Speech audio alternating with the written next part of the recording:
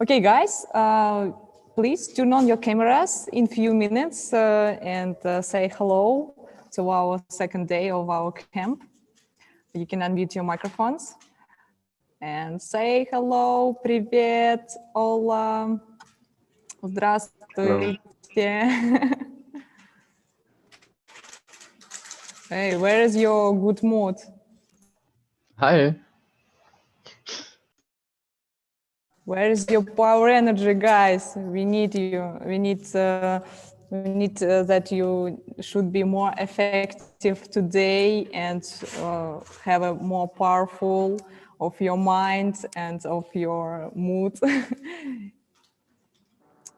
Okay, 3, 2, 1, and let's talk. Hello. Hello. And high five. Hello. Yeah, Hello. yeah, great. Hi. Yeah. Perfect. Nice to hear you. Okay, it's great to see you in our camp. And before we start,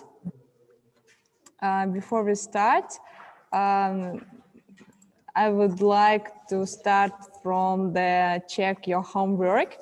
So I will open the void and check how many people have done the homework. So eight people performed the homework. Oh, sorry, 7. and 2 performed the потишили. You have installed only GAZEBO. Okay, it's better than nothing, I guess. Okay, Lewis, Nurlan, Stotham, Darshan, George, and Sebastian, and Gabriel have performed the full homework. And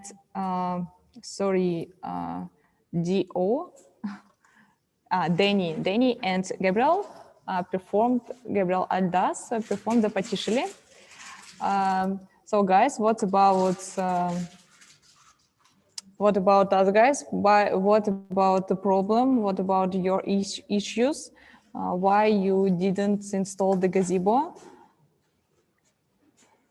Do you have any questions for it? You can ask it now.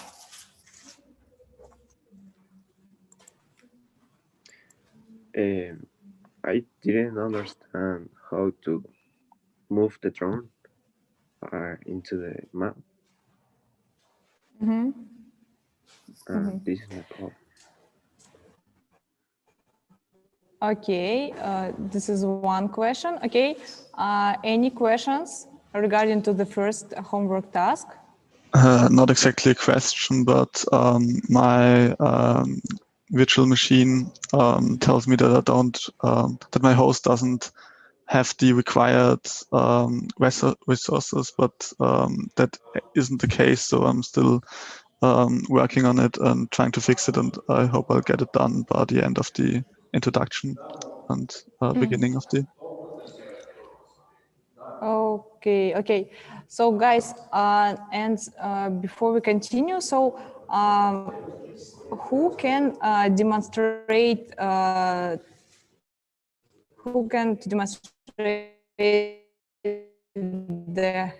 their homework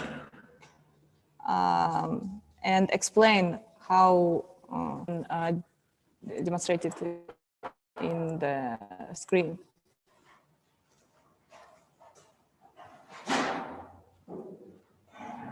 Svetlana, there was a connection issue when you. Oh. Who will be brave? I think I could. Okay, great. You can try it. Try to demonstrate your screen and explain us how you do perform it.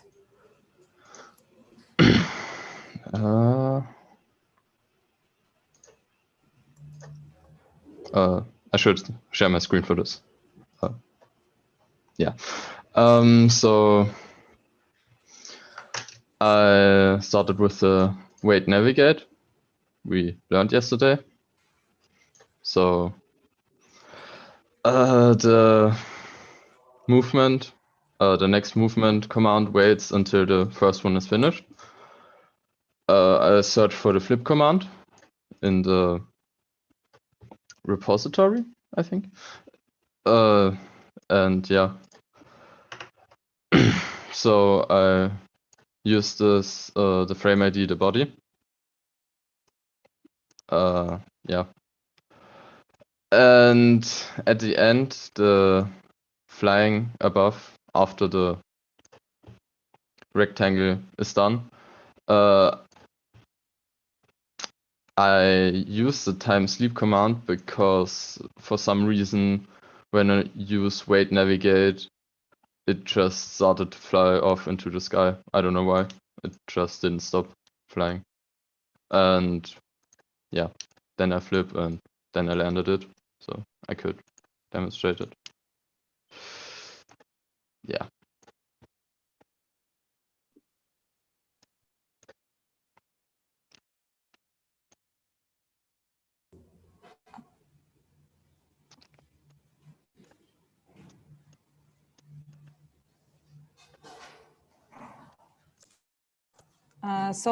Gabriel, did you understand about how to move the drone into in the GAZEBO simulation? Not completely. Oh,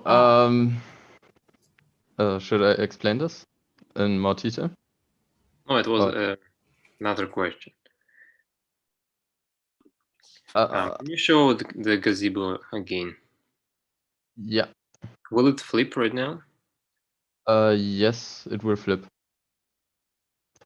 All right.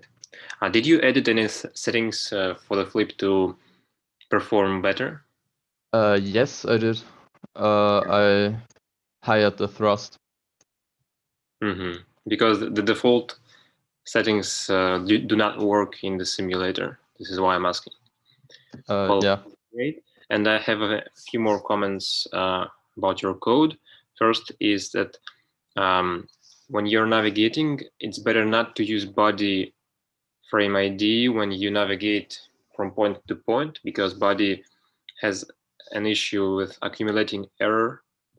And I will show you in detail in today's lesson why is it happening. And it is better to use either navigate target frame ID or Aruka map if you are flying above Aruka map. So this is why I don't recommend you using body, but on short distances it is all right. But when you fly quite long, if you have a long flight, the error will be accumulated and the drone may decrease its height and even hit the floor before the end of the route, or it can move sideways and never reach the destination. So this is the issue of body. So body is better to use only when you take off. Another thing is that you all the time specify frame ID to body, but you could just set body as a default argument here if you use that. But I don't recommend you use body anyway, so Aruka map is fine. In this Yeah. case. Okay. And did you write wait navigate from scratch on your own, or you just renamed the function? I wrote it from the scratch. I looked 1 or 2 times, but yeah. Okay, because there is a code example, code snippet, where you just can copy and paste the navigate wait without writing it from scratch every time. Yeah. Okay, but if you wrote it from scratch, it means that you understood it better, so it's not bad. Okay, and did anybody else complete the first task?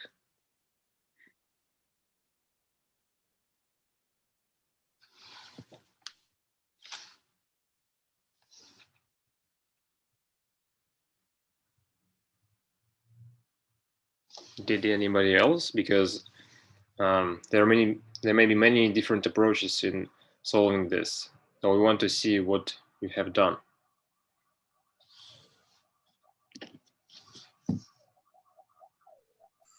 Give me a second. Let me check if one of my companions did it. I think we got an example. Okay. So do you have a code to show us?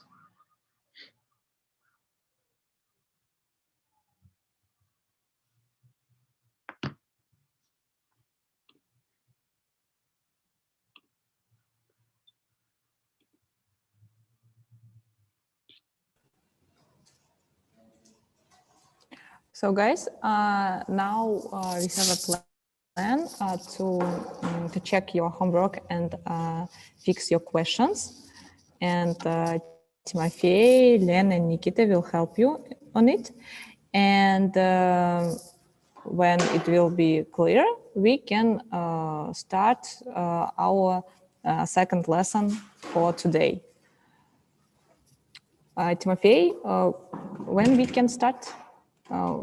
What about any questions from our participants? I think Ismail wanted to show us something. I think I've got it. Let me see how to share screen. I've never done it before. All right.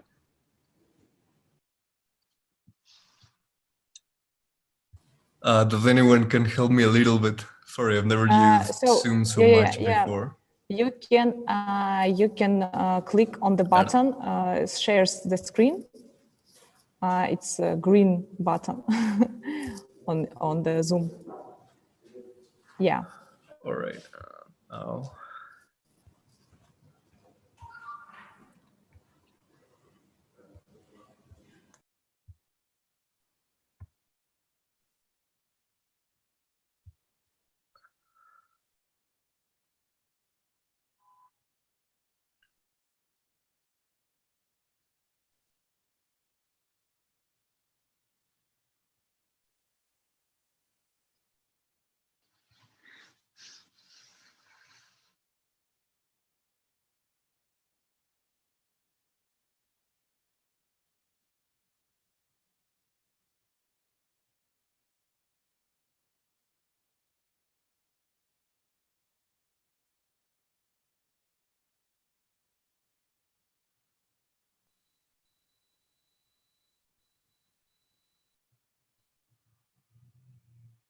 Was that supposed to be a square? Yep, I think so. We gotta work on the flip, nonetheless. Mm-hmm. The flip was such as a bonus task. It's not necessary. All right. And do you have a code to show us? Let me check. Mm-hmm.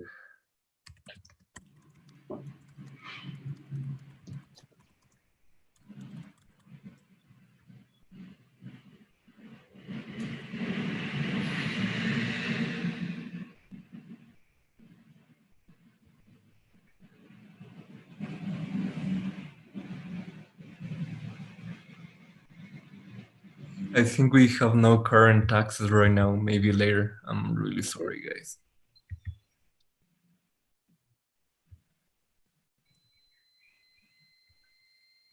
Can I show you my homework?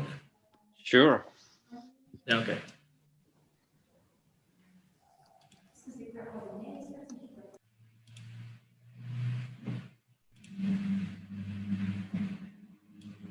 Did you see my screen? Yes. Okay, this is the code. I don't have a flip, but this is the coordinates for the rectangle. Mm-hmm. I use the arrow command, and this is the program. Is it really rectangular? Yeah. But Yeah, can you run it? Mm-hmm.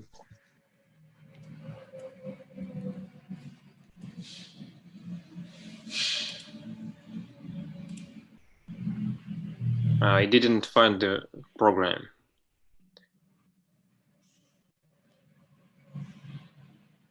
It's Python spelled wrong. It's not Python, it's Python. So it's PYTH. Yes.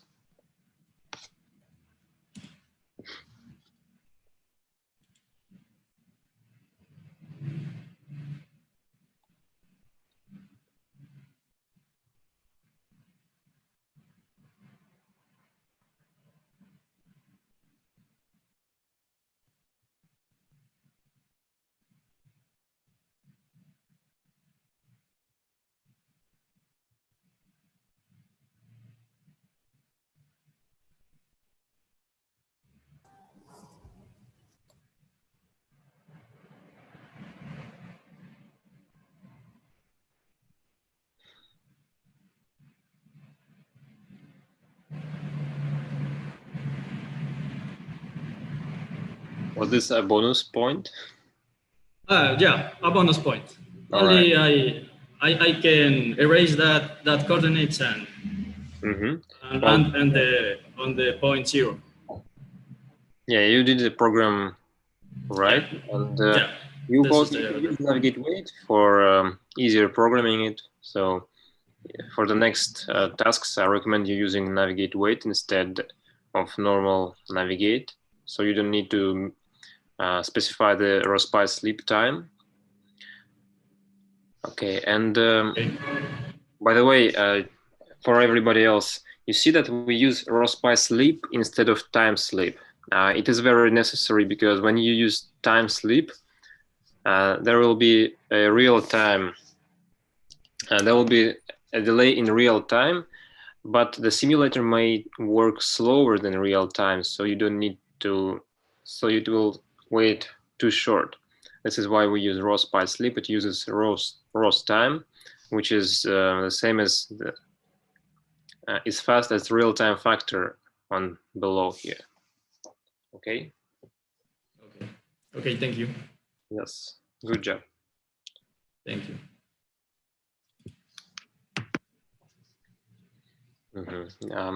Anybody else?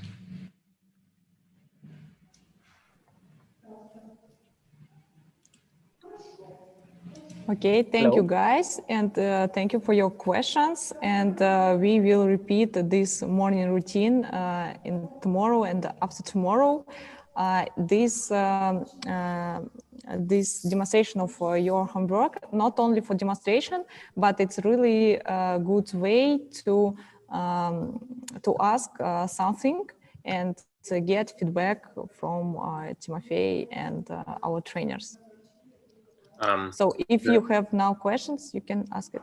Sorry, I think Timofey. Raul wants to show the screen to you. Raul, show. Shan. Hello. Hello. Hello. Hello. Yeah. Hi all. I'm sharing my screen. Okay. Kindly check the programs that I have done.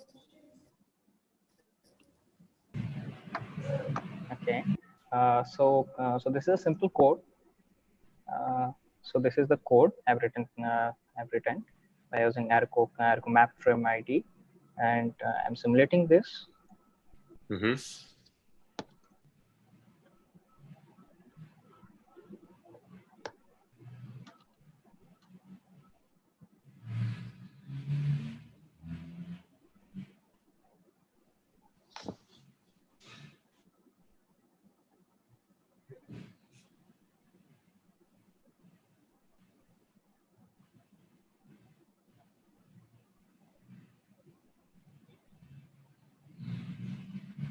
I think in next time it will be the requirements about add the music in the GAZEBO simulation. Okay, okay, exactly.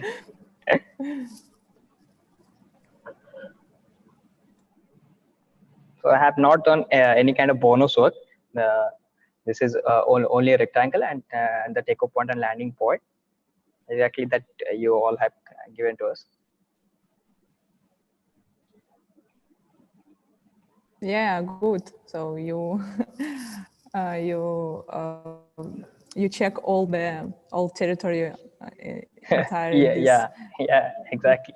map. Yeah. Can you show the code again? Yeah, sure.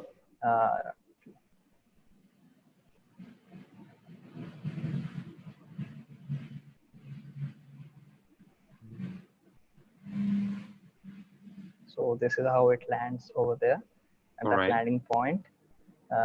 Now let the drone land.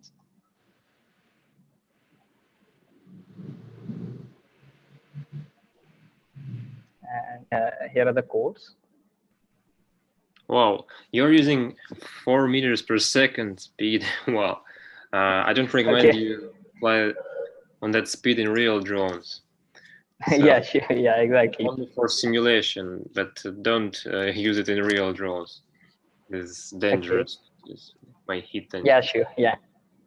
And one more thing is when the camera is moving too fast, it blurs the image and it may lose markers and lose its position lock.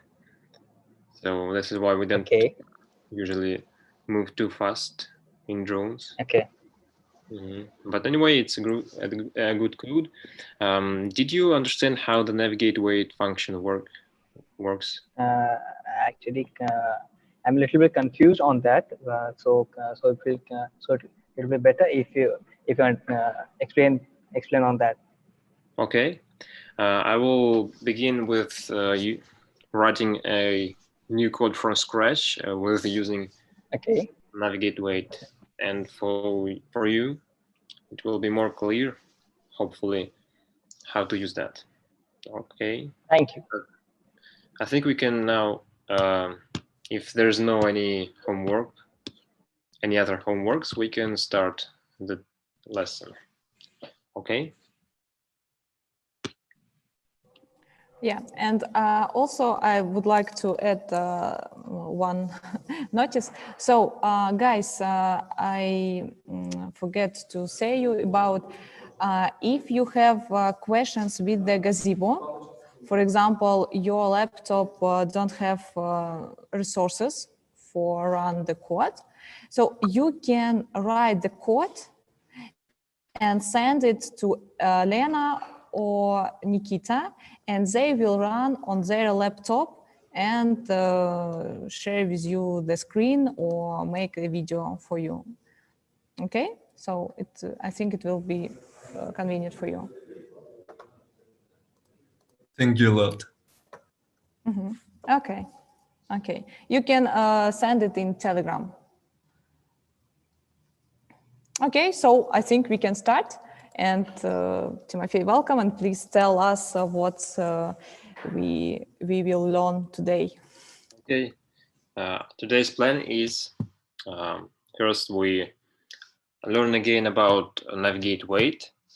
Then we'll also go deeper into getting telemetry. I will show you how to get telemetry as a command in a command line. Then we will learn how to use laser rangefinder and measure the height of the objects under the drone. And you will have some task for you today. So you will do a task, not homework, but class work for today. Then we will learn about LED strip, how to use LED and how to set different colors. And then we will give you a new homework. And this is going to be it for today. All right, let's start.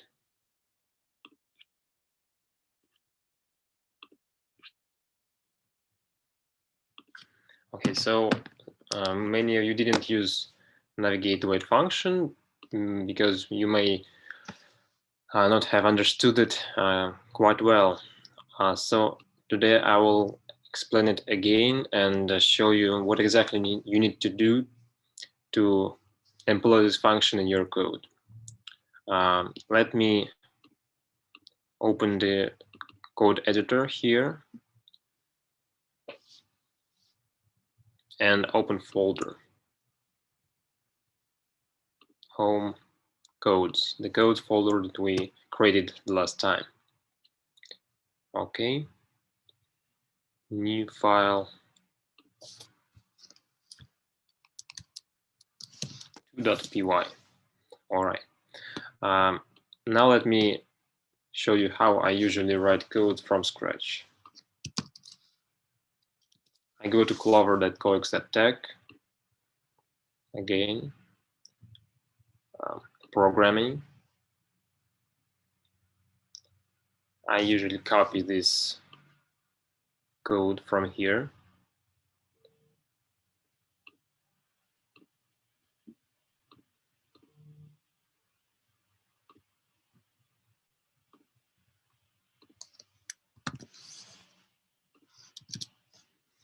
Then I will copy navigate wait function. So I go to code snippets, and here is the first snippet. I will copy the function, and I will manually type import math on top of the program. So I Control V here and manually type import math. Then, as you remember, we need to change the default arguments from here to here, from Z to frame ID. And I will set Z to 1.5, yaw to 0, frame ID, speed to 1 meter per second, and frame ID to ARCOMAP.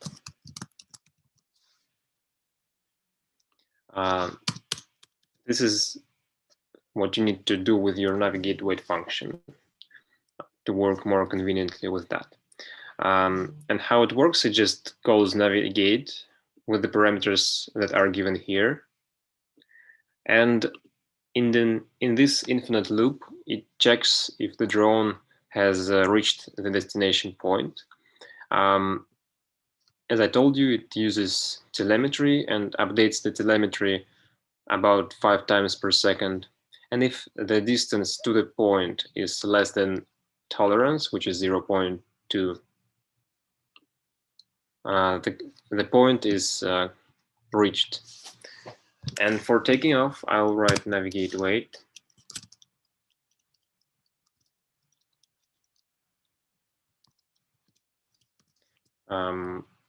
Frame ID equals body, and auto arm equals true. Then I will take off, and it will not do anything unless it takes off to the desired height. The desired height is 1.5 meters from the position of the drone. The next part could be navigate wait. If I want to make sure that the drone hovers on top of the 0 point, the point which has a 0, 0, 0 coordinates, I will just type navigate wait with empty parentheses, and empty parentheses mean that the coordinates are 0, 0, 1.5, and the frame ID is ARCOMAP. And now I can start flying as a rectangle. If I want to have a rectangle with a side of 4 meters, I will just type navigate wait. 4x.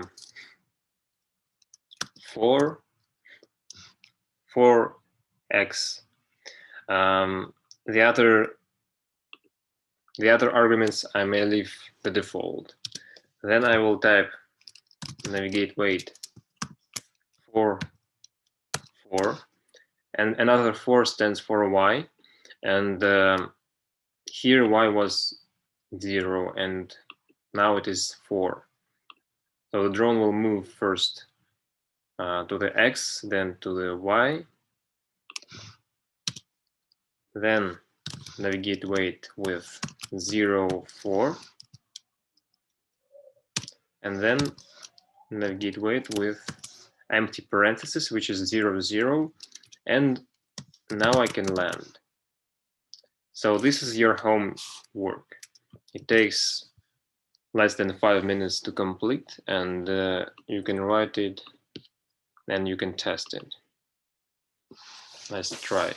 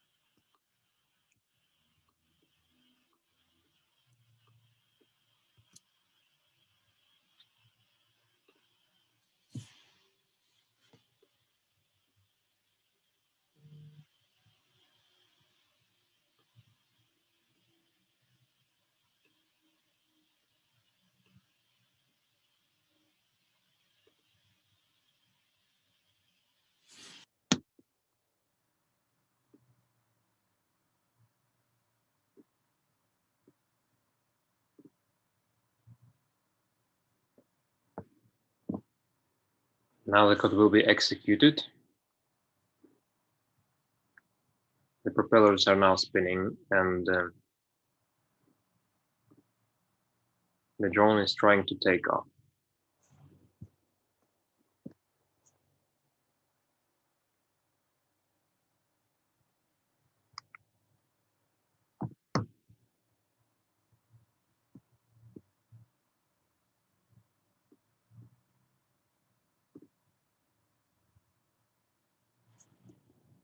So the first coordinate was 401.5, which is this marker. Let's wait for the drone to come here.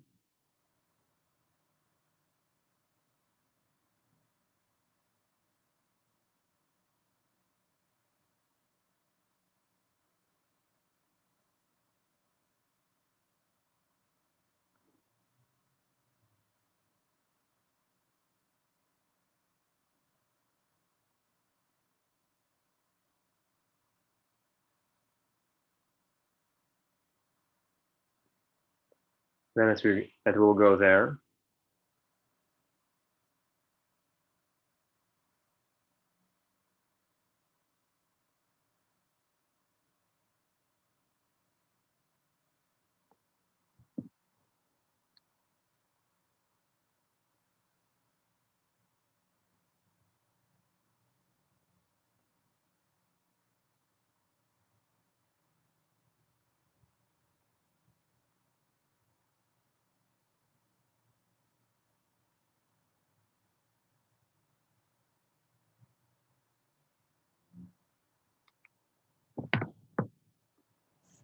Well, we see that the code is executing just right.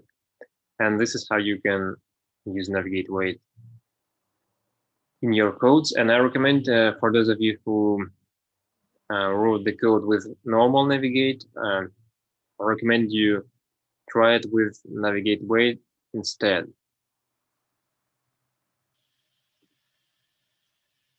Okay. The next, what we will learn is how to use get telemetry in your terminal. So for example, I can open another terminal. So this terminal cannot be used for getting telemetry. I need to create a new window or a tab. And here I can type a command called service call /g and tab.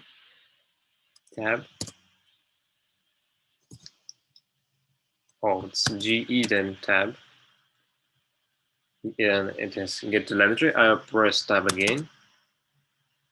So it will autofill the remaining. And here in frame ID, I need to type the desired frame ID that I'm going to get telemetry in. For example, it could be Aruko map.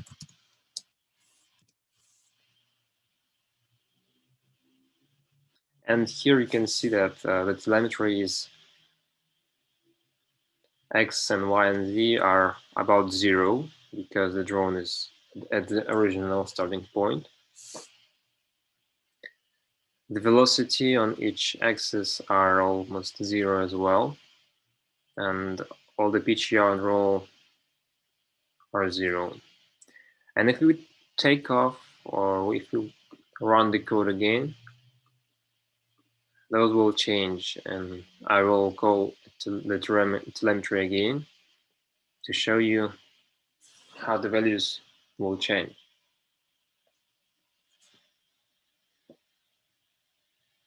Did it work?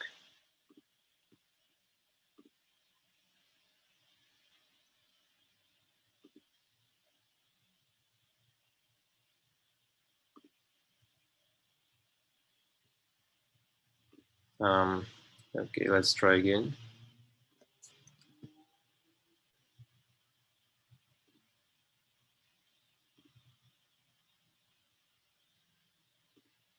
All right, now it is working.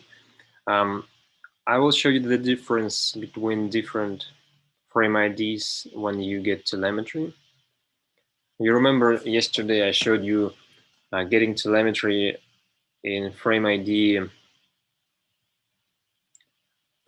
navigate target. So now it is still arrow map. I pressed the up arrow and I'm getting telemetry. And you can see that Z is 1.1, X and Y are almost 0. And when the drone will start moving, we will also see that the speed is not 0.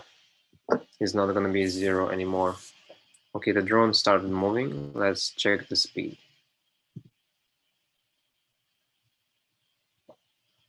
Vx is 0.73, and if we try it again, it is now 0.84. So the drone is increasing its speed, and it didn't reach actually 1 meter per second because it didn't have enough runway for that. But when you are flying to the long distance, the speed will reach the speed that was specified in navigate to wait or in navigate. How about changing the frame ID, for example, to navigate target?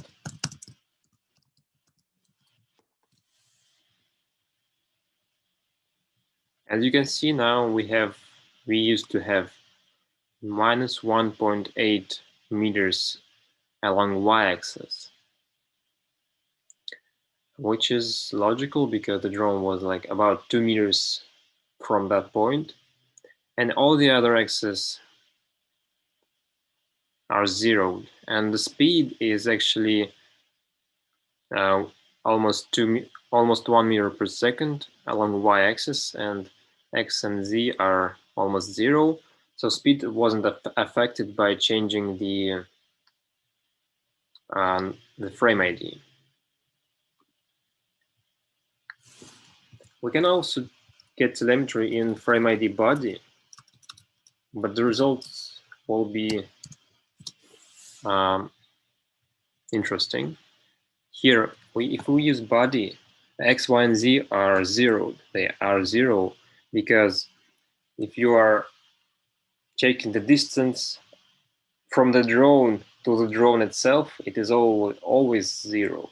So distance in body is 0.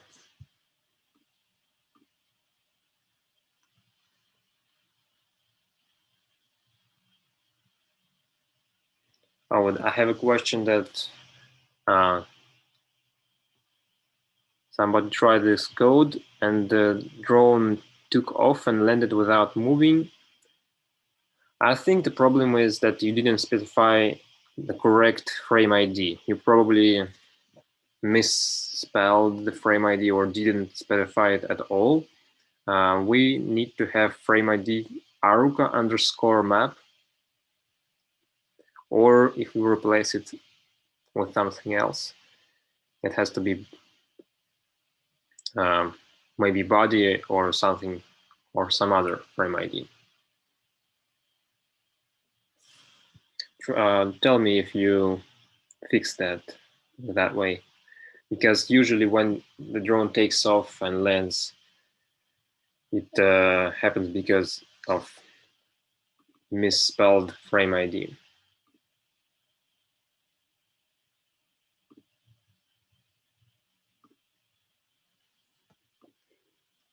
All right, we just learned how to get telemetry from terminal, but you are able to use not only get telemetry from terminal, but all the other functions, services of Clover. For example, you can use navigate right from the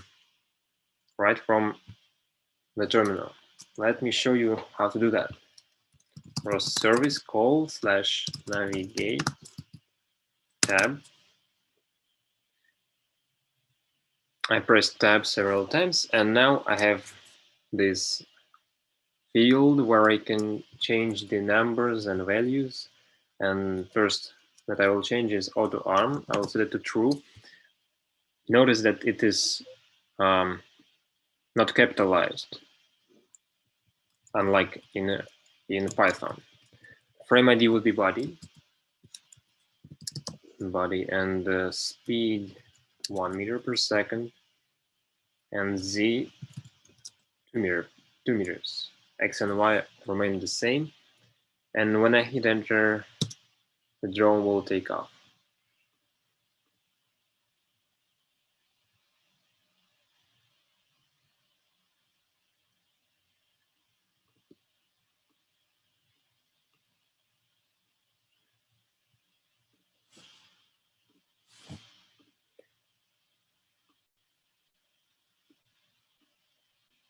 The propellers are now moving, and the drone is about to take off from the command line. I didn't even need to write Python script for that, but it is much easier for us to program it in Python. All right, the drone takes off. Now I can fly to a point. That point could be anywhere, and even I can fly off the Aruka field, because you have optical flow, and it will allow you to fly away from the Aruka marker field. If you don't have optical flow, which is a system that uses Rangefinder and the image from the camera, you will not be allowed to do that. So let's try. I will use the arrow up and change the frame ID. Well, I will actually remain the frame ID body and change the coordinates to 0 with the Z axis, and the X will be 50. And the speed, let me change the speed to 2 meters per second. I can now hit enter, and the drone will start moving. While it is starting moving, I will get telemetry in frame ID body.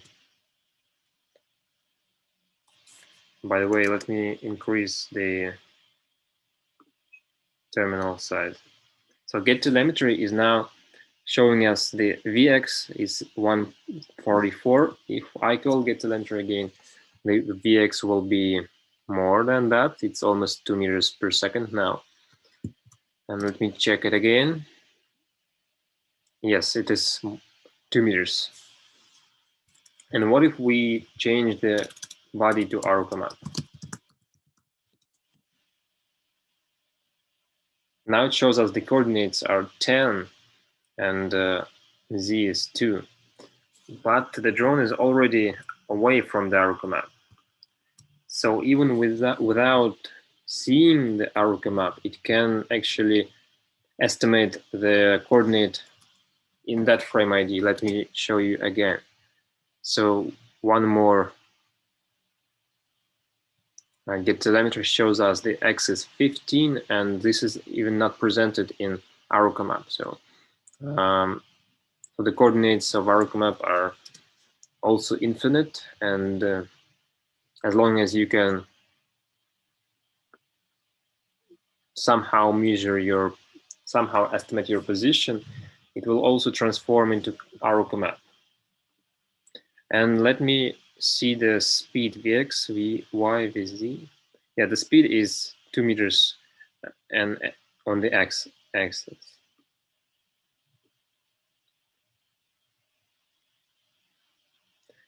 The drone seems to reach its destination point. Or not. Let me check it again. We can find out where it is heading to. If we are taking get telemetry in frame ID, navigate target.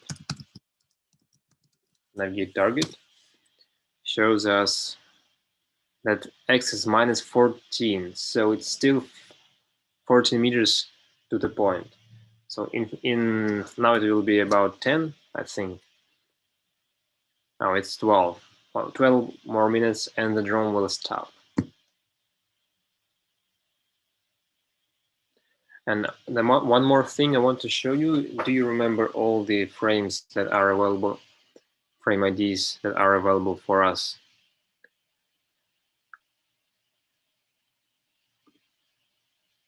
So there is a map frame ID, which is the default frame ID, and we can check the coordinates in that frame ID map.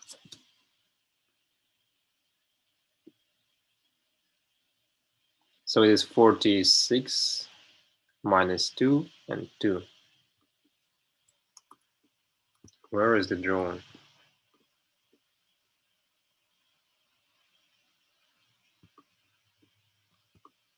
It probably has reached its destination point. Let's compare the map coordinates with the Arrow map coordinates. So the map has 46. Let me check it again. It was 49 minus almost 3 and 2. And if we change it to Arrow map,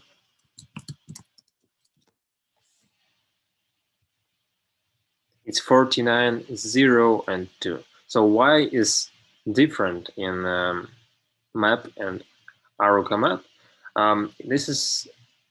It means that they do not match. So the original point of map may be different from the original point of Arrow map.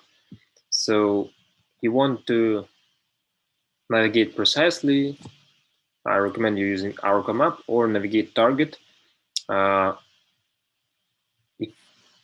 If you already used Arrow map before, I will show you a little bit later how to use navigate target in navigate. Okay, let's go back. Navigate service call / navigate, and the coordinates frame ID Arrow map 2 meters per second and 1.500. All right, this is a good position to go to.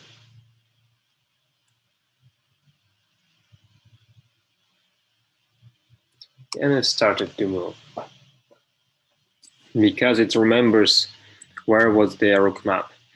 And internal sensors like accelerometer also help in navigating away from Arrow map.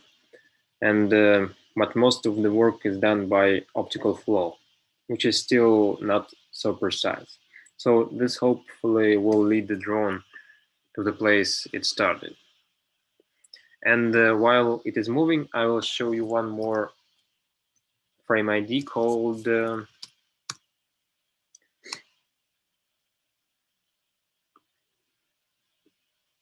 base link.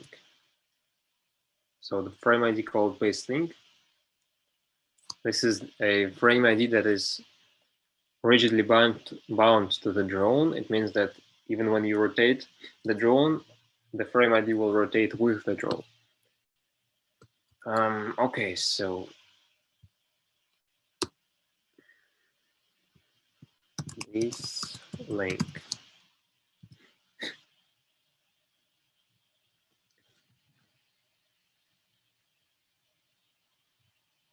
And still the coordinates are 0, 0, 0. Where is the drone? The drone is moving and the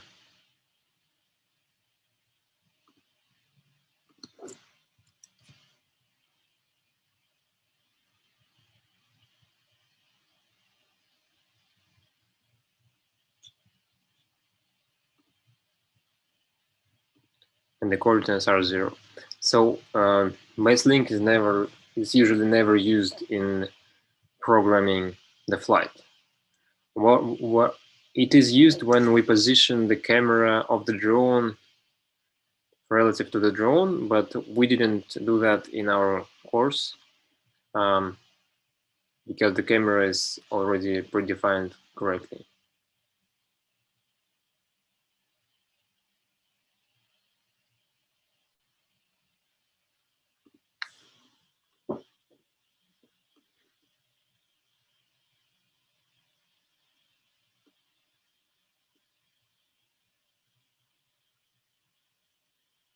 Okay, when the drone will finish its flight, I will continue next topic.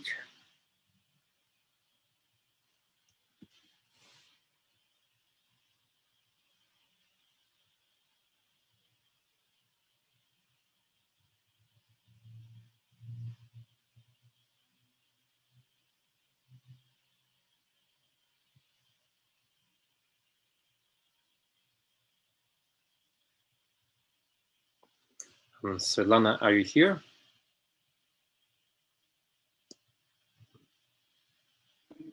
Svetlana? No. No. Okay. We read your response on the yesterday's lesson, and we decided that we need to have some breaks during the course.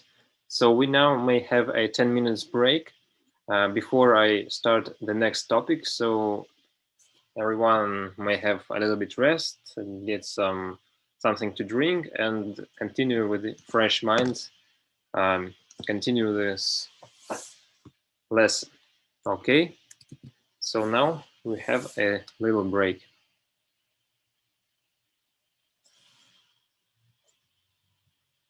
$10 minutes. We will continue in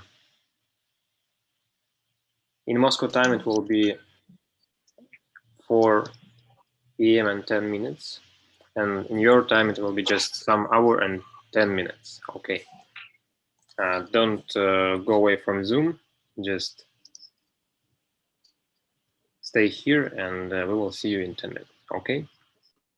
Yeah, and we will remind you in Telegram. We'll be ready to continue.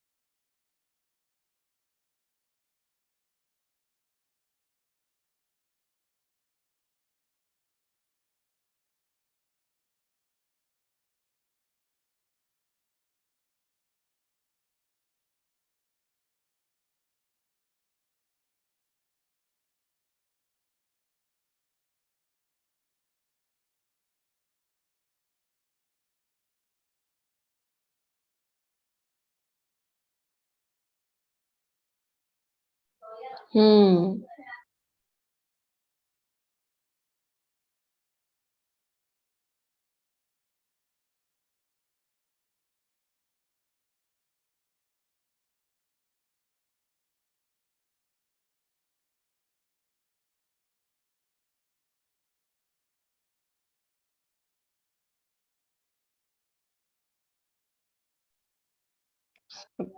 Hmm.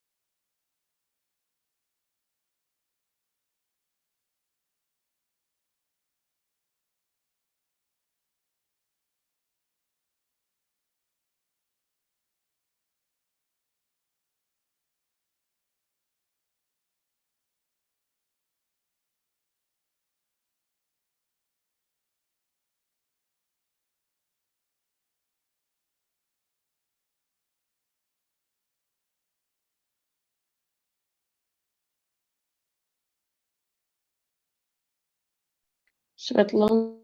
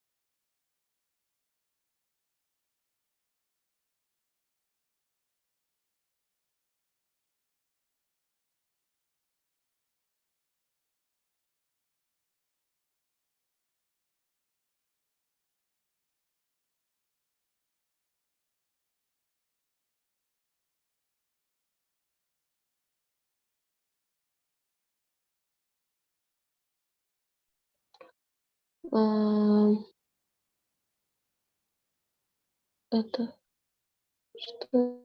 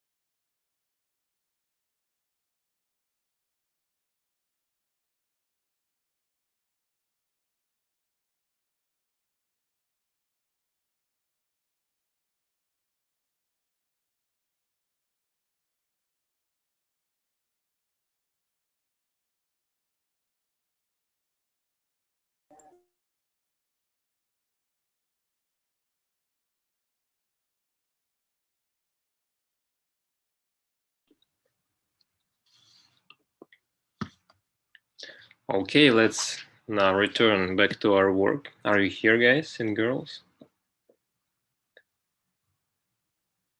Yes. Let's wait 1 more minute and continue.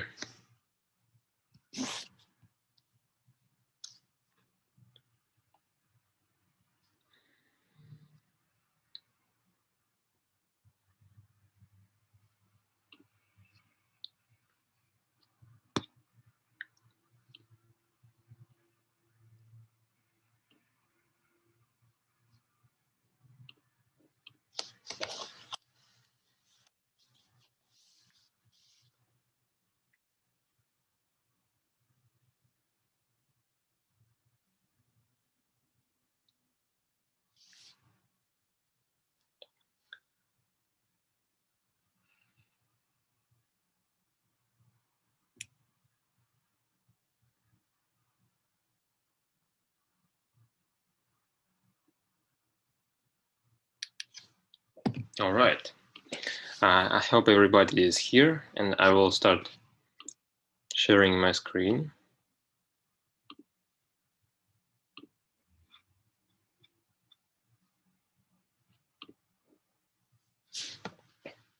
Our next topic is laser rangefinder, measuring the distance from the drone to the closest objects below the drone, and which is done by laser rangefinder. And the article for laser rangefinder is this: interfacing with a laser rangefinder. You will find it in clover.cox.tech/n/laser.html. And here is the information about how to connect this rangefinder to the Raspberry Pi if you have a physical drone. It is enabled by default, so you will not need to edit these settings. In case they are not set, you can find how to enable it right there. And there is a topic that shows us in real time the measurement from laser rangefinder. And to call this topic, you need to type a command called rostopic echo /rangefinder/range. Let me demonstrate you how exactly it works. So topics in ROS are actually the way of communicating between nodes. Well, nodes, you may think of nodes as of different programs, and nodes can publish topics or can subscribe to a topic. And when you publish to the topic, you can put any type of information there, like distance or image or something else. Well, not any type. There is a limited number of types that could be published in topic. And there is many topics available for you. Let me show you exactly how many. So now if we type ROS topic list, it will give us the list of topics. So this is the list of available topics. Some of them are specific for only specific for GAZEBO, like GAZEBO link states, model states, parameter, and so on. Those are not available in real drone, but the others are available. For example, there is a topic clock, which is just clock of the ROS. You have ARCO image and markers and some other information, and image topics can actually be accessed in browser. If you want to see the real-time image from the camera, you can go to your browser. It's Firefox here, and go to a local host. In simulator, it is localhost, but in real drone, it is an IP address. You will need to type IP address on real drone or localhost on the simulator.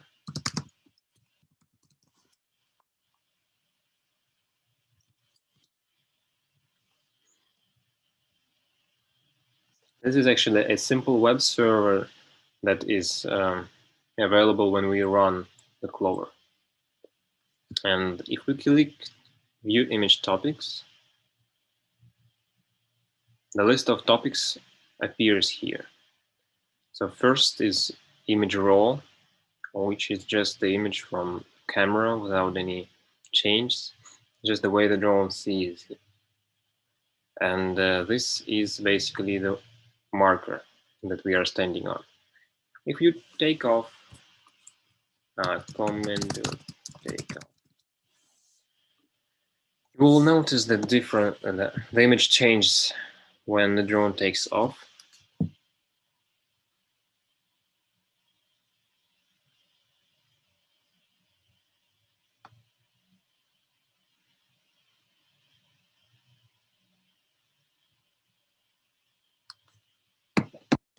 Yes, and now this is the camera image, and this is what the drone sees when it takes off. Now, if we go back and open the topic called Aruco Detect Debug, it will show us how the drone detects Aruco markers. And as you can see, each marker is detected here. It is outlined with a green rectangle, and each marker has a unique number. Now this is the 90, 91, 92, and so on.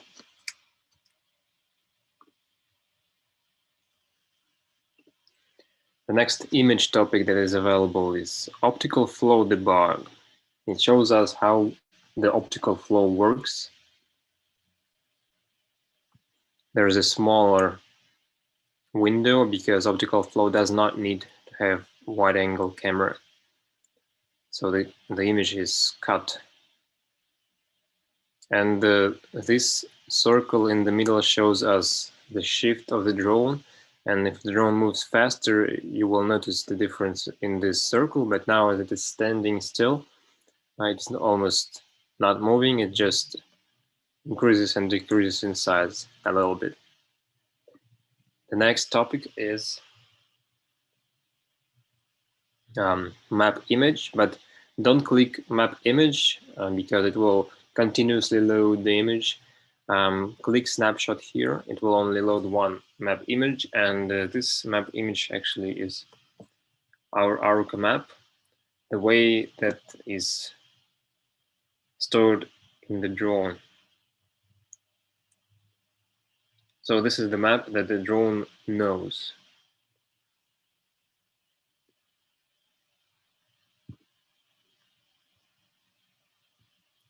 The next is Aruco map debug. This is almost the same as Aruco detect debug, but with the axis. So it shows us the coordinate system of this Aruco map. Well, those are image topics. And you can even try to access image topics from terminal, but I don't recommend you doing that because you will be overflowed with information. The camera refreshes multiple times per second, and if you try to access image in command line, it will probably break you something. But we can find some other interesting topics, like, as I told you, topic echo / rangefinder / range. And this topic contains information about rangefinder. I accidentally wrote another slash in the end.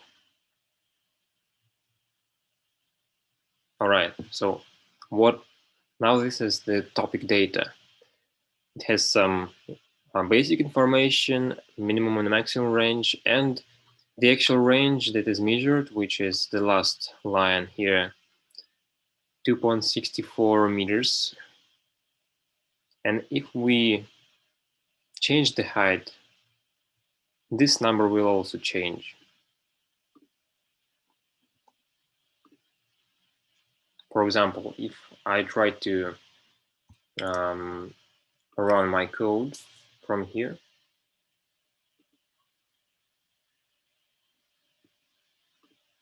the drone will first take off 1.5 meters up. Then it will go back to the height of 1.5 meters and then start the flight in the rectangle. And now the range is increasing. It is now 3 and almost 4. It's going to be more than 4 probably. Now it is 4 and the rangefinder doesn't see anything above 4. And now it is decreasing to the 3.2, 3.1 and less than 3.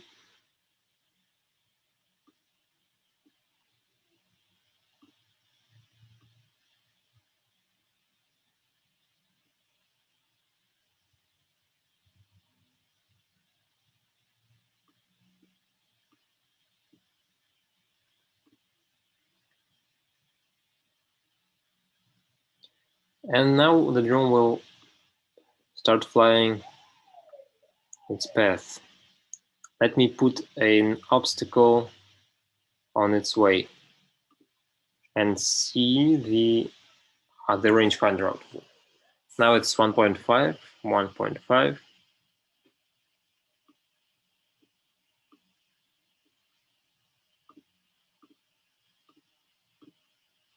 What's now? 0.5, 0.5, 0.5, 1.5. So the default cube has the height of 1 meter. Wait a second, I've lost the drone.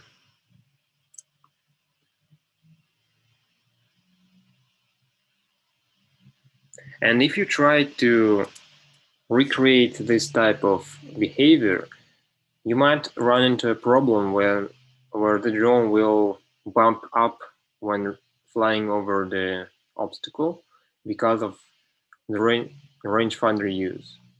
By default, the rangefinder is used to determine the drone's height, and if for some reason the height decreases to 0.5 meters, it will try to return its height to 1.5 meter, and it will bump up on top of the cube. And in order for the drone not to do that, we need to change the setting of the flight controller. For doing that, while GAZEBO is opened and working, we need to open the QGround control.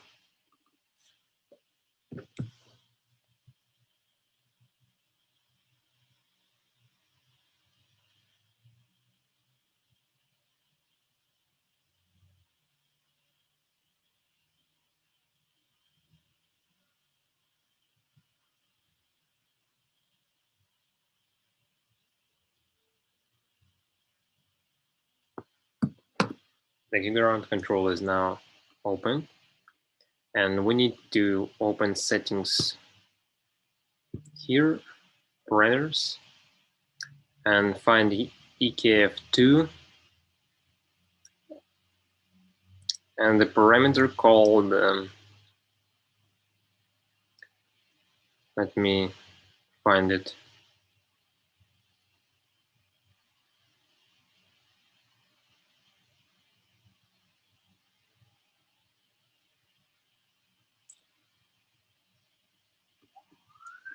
So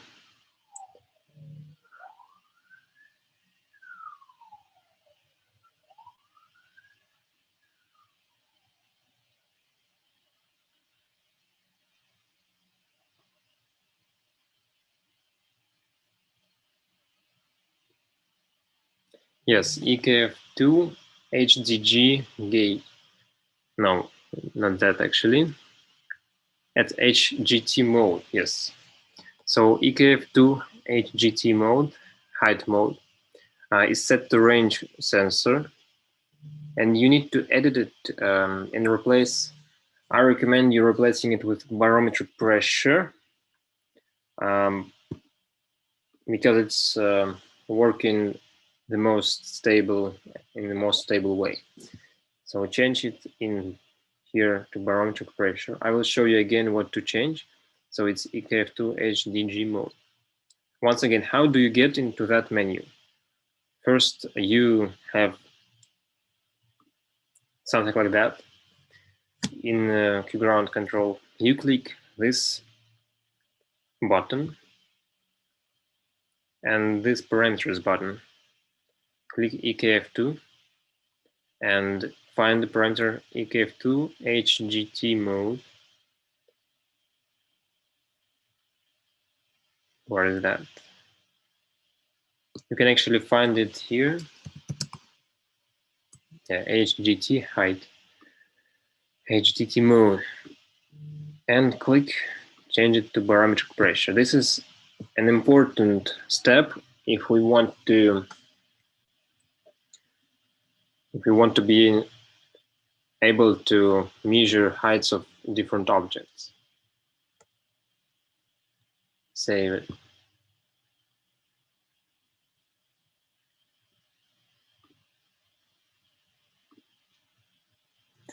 Does anybody have any problems with that setting?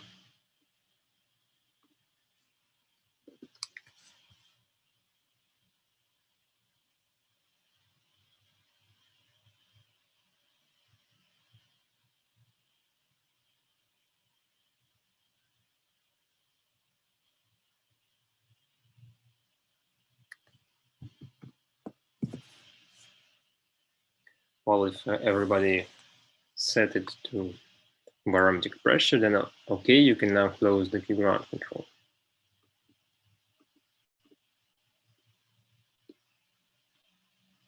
And when the drone is standing on the ground,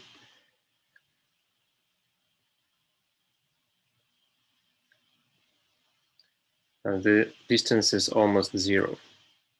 You can Control C in this window to stop reading the data.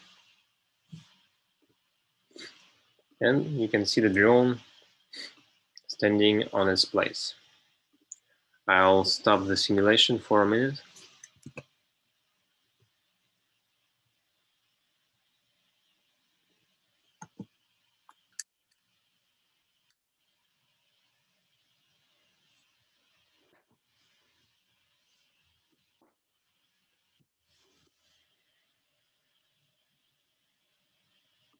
And now let's learn how to use this information from the Python.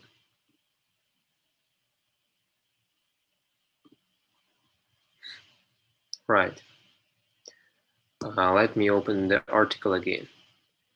So after checking this distance from console, we now can skip PX4 settings and proceed to the receiving data in Python. This is a little program that does the work for us.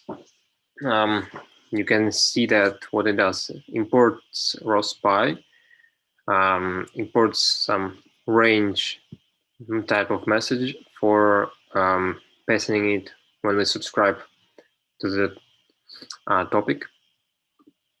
Then it inits node with the flight name, and it has the range callback function, and this function is passed as an argument to ROSPy subscriber. And then there is a line ROSPy spin, which is just an infinite delay, so the program will not go any further than ROSPy spin, and it will not close when it stops working.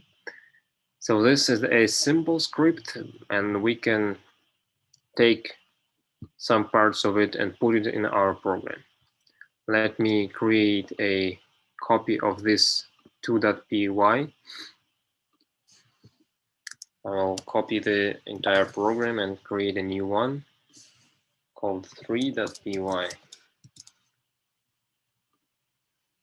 and paste it here. Wait, didn't copy the complete program for some reason. Come on.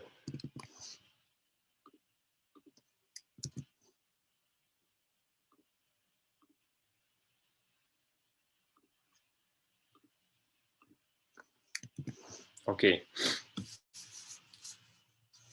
I have this code. And let's begin. So from here, I need to import one more thing is from sensor MSJS MSG import range. Copy that, paste it there. I don't need to copy this line because it is already presented here. I need to copy def range callback. This is important. Let me paste it after the navigate wait. Oh, we didn't copy. Again. Let's see. Control V. Yes. And also the ROSPy subscriber. Command C. I'll paste it here before navigates.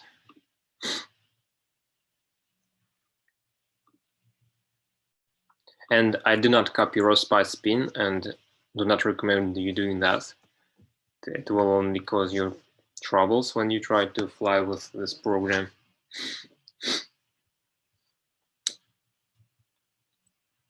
All right, and what it does now,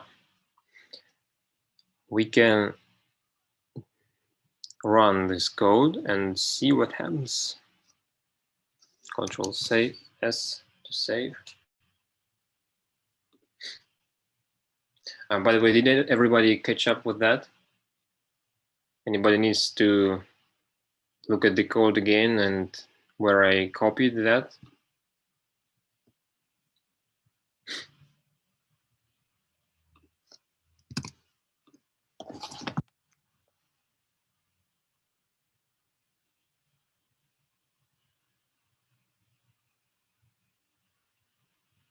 I've sent you the article of Rangefinder if you couldn't find that.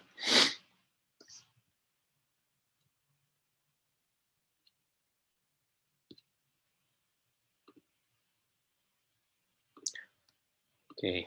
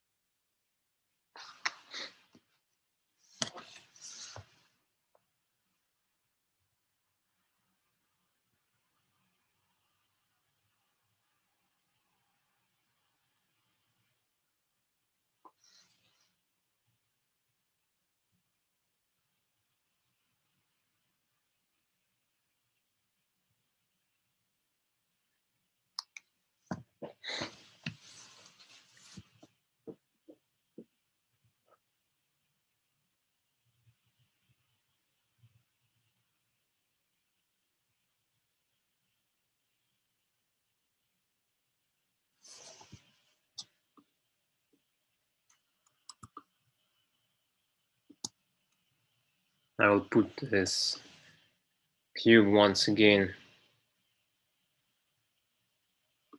so we could see the measurements.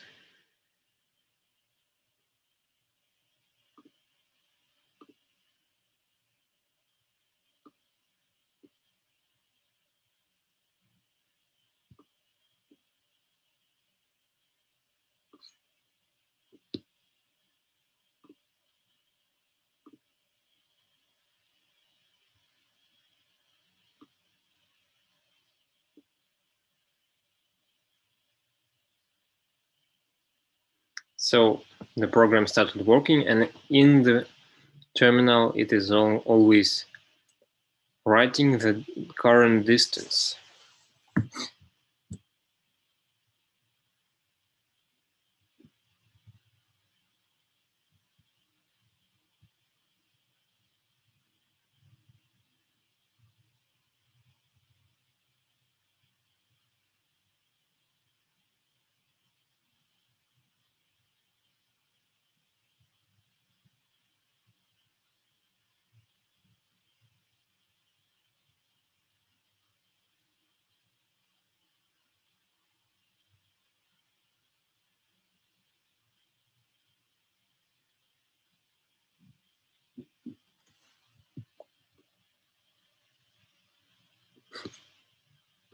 The distance now is 1.6.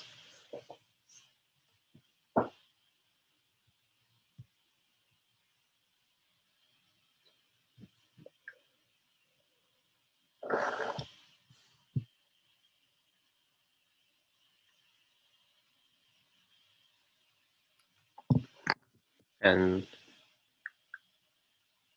let's pay attention to what happens now after it reaches the cube. Yes, it immediately changed the distance to 0.4.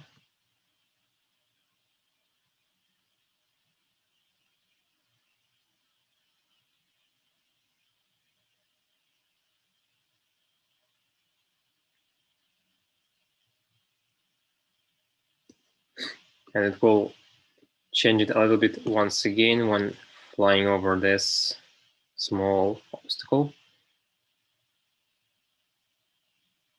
That's 0.9.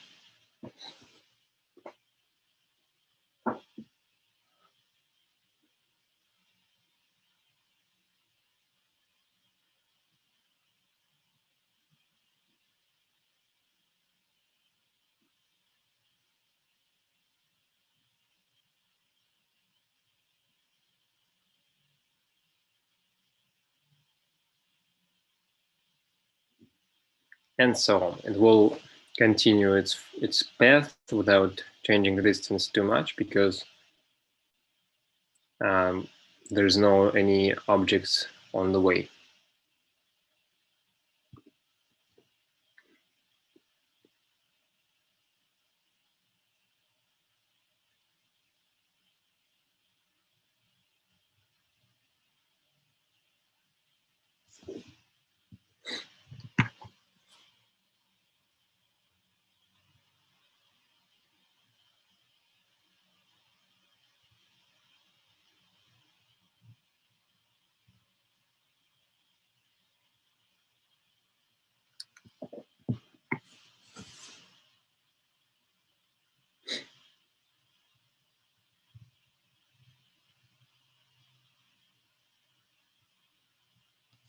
Okay, I will break the program by pressing Ctrl+C.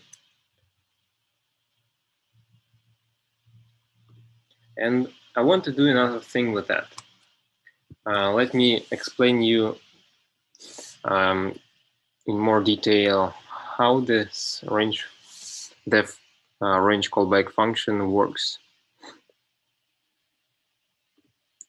So callback function is the type of functions that we do not call them directly. So we never called callback by ourselves in the code. Instead, we passed this function as an argument to this subscriber. So response subscriber, this is an object that subscribes to this topic with this type, and this is the function that needs to be executed whenever the new data is appeared in this topic. So whenever new measurement comes, the range callback starts working.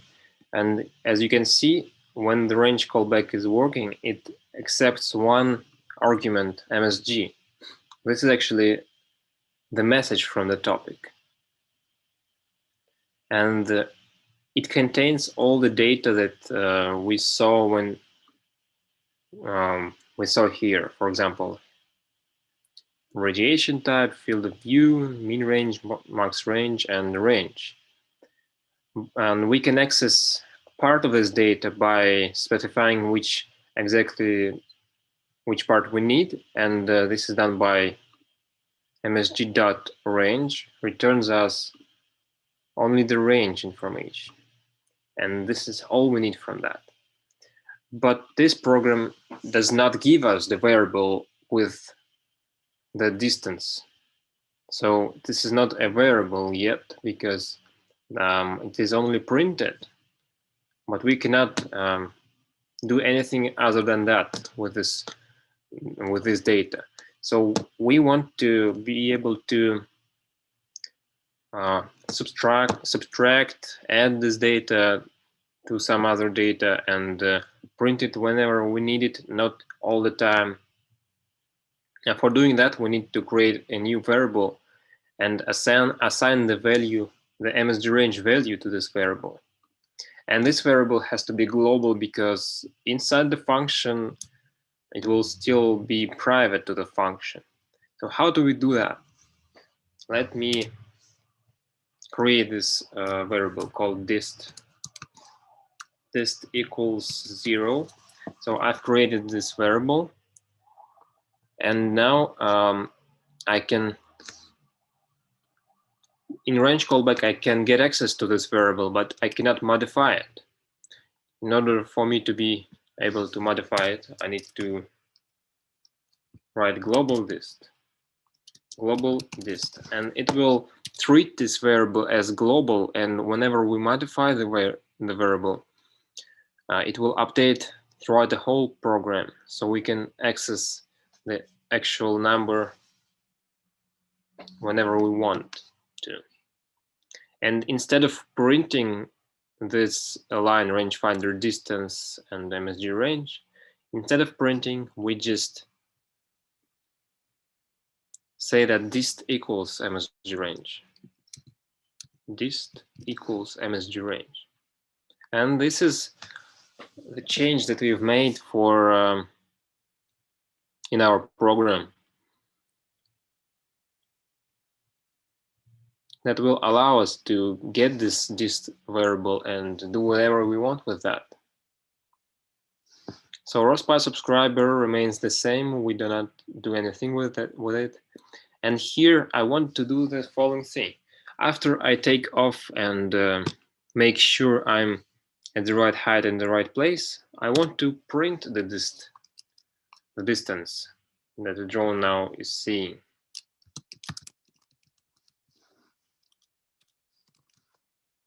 And it will print it only once. And after each reached point, I want to print the distance as well.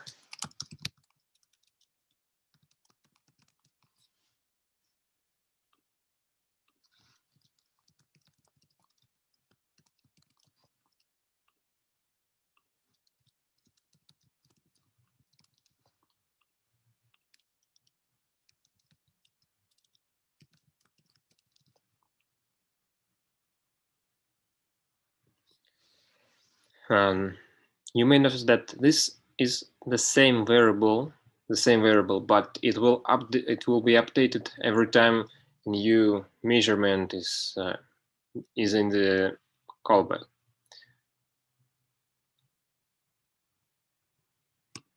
So let me save this, open the simulation, and run to test.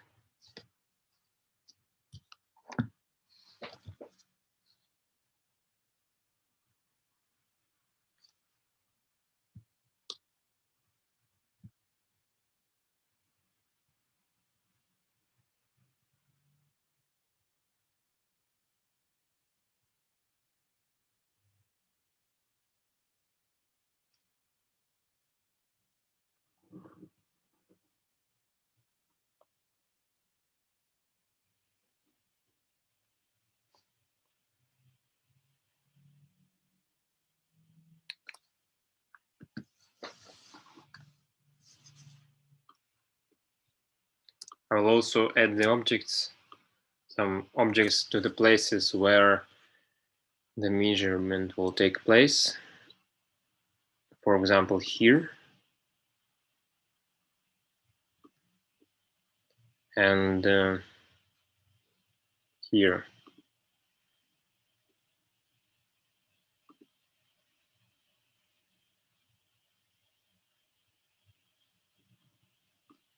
Let me now run the code from this terminal.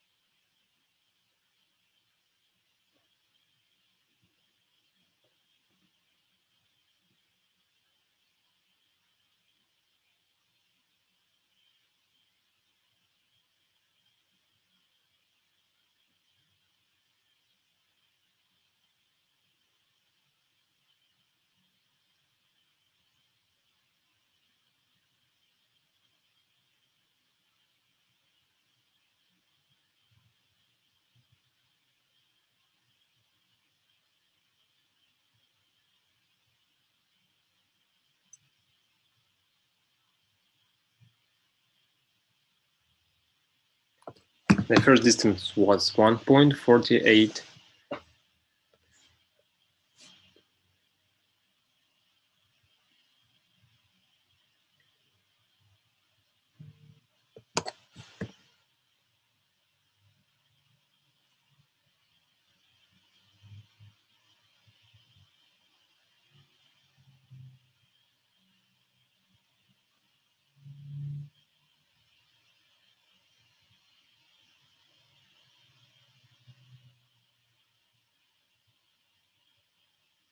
The second was 0.46.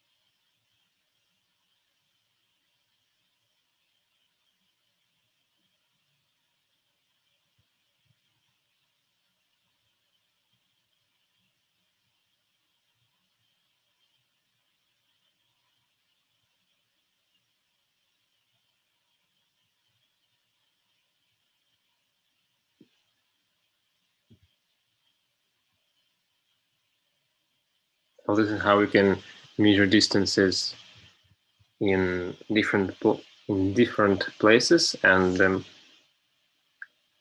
we can even create a report that tells where, in which coordinates, which height is. Okay. What next?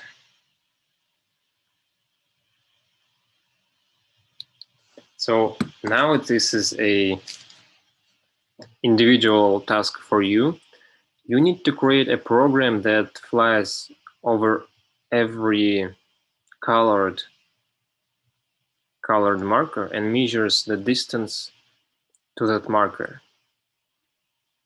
So the height, the default height is still 1.5 meters, and you need to fly on that height over each colored marker and measure the distance. It's not going to be so hard, and I recommend you using navigate weight and implement this code for measuring distance, and this is what you need to do now. Do you understand the task? Yes. Yes.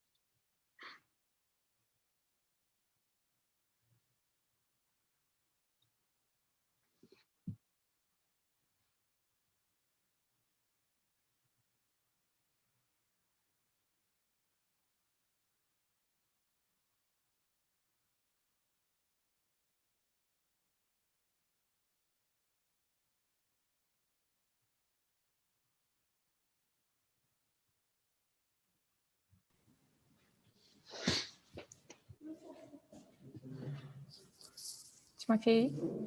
Да. Сейчас, в смысле, перерыв, что ли, или что? Что я прослушала? Самостоятельная работа. А что за работа? Может, ну, в смысле, я к тому, что, может, картинку поставишь? Ну, я оставил сначала Задание. просто... Короче, могу поставить картинку, если надо. Ну, поставь картинку, да, а то просто пусто очень.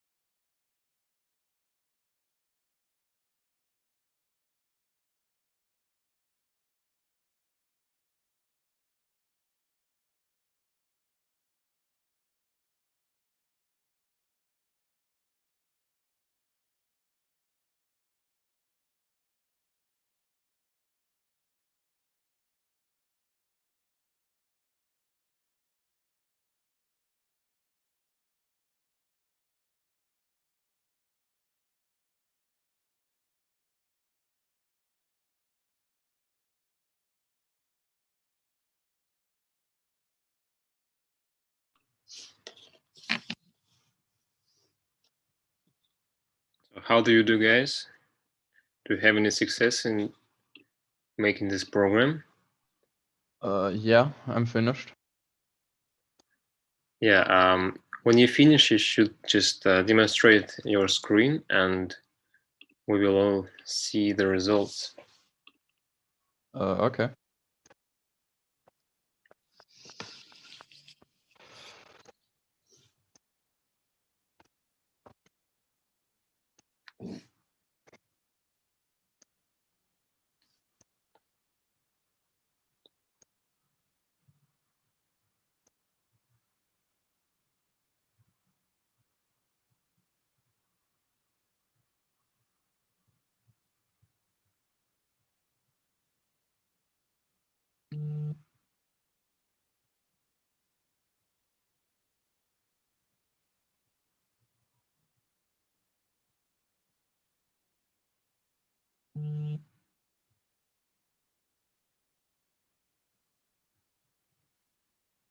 And what is the default speed in your code? 1. Mm-hmm. Yeah, it works fine. And the only thing is when it reaches the point, sometimes it lows. It is too low sometimes. So there is an option. You could use ROSPY sleep before printing, like a ROSPY sleep 1 or 2 seconds before each print test, to make sure the drone is maintaining its position in at the right height.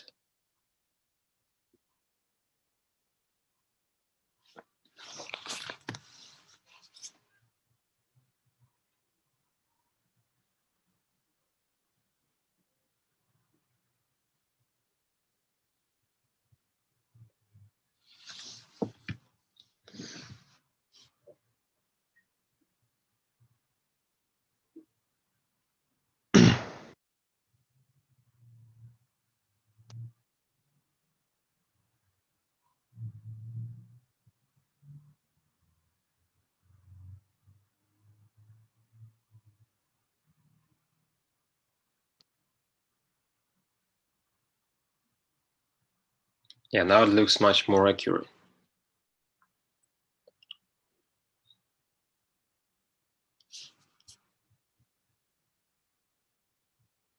Okay, did anybody else complete the task? Thank you for sharing us with us. No problem. Mm-hmm.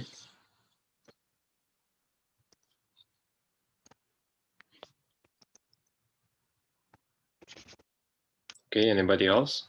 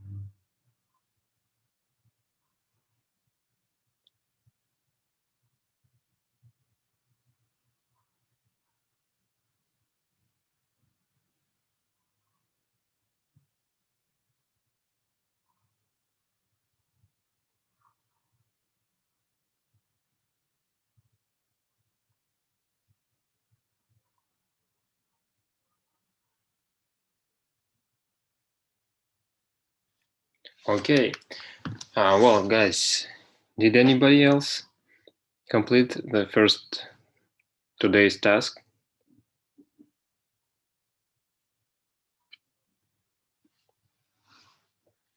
Or is anybody still working on that and will be done shortly?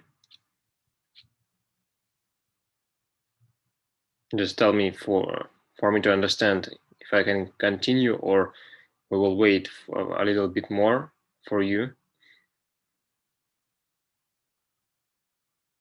I've got my VM working a few minutes ago, and now I'm just trying to set everything up during the lessons. So I'm not exactly finished, but I'm kind of writing the code and have Scarlett Sebastian giving me the code if I really need it. So for me, you can continue. Okay.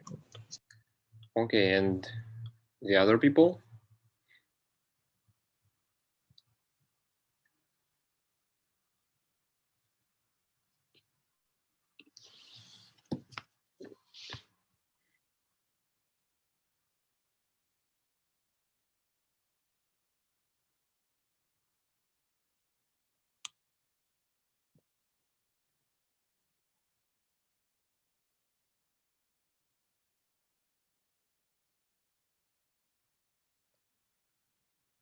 Okay, I will continue now with a new piece of theory, just for you to have a little break from your personal work. Let me demonstrate the screen.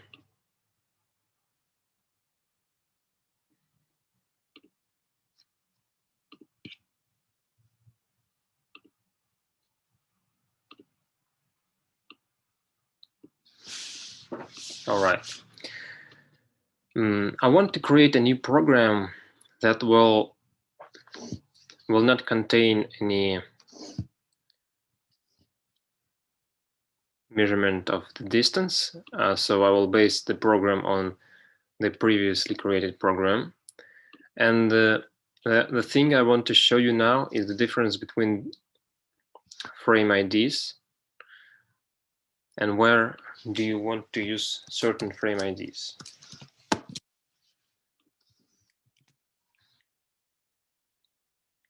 Okay, this program looks fine. And I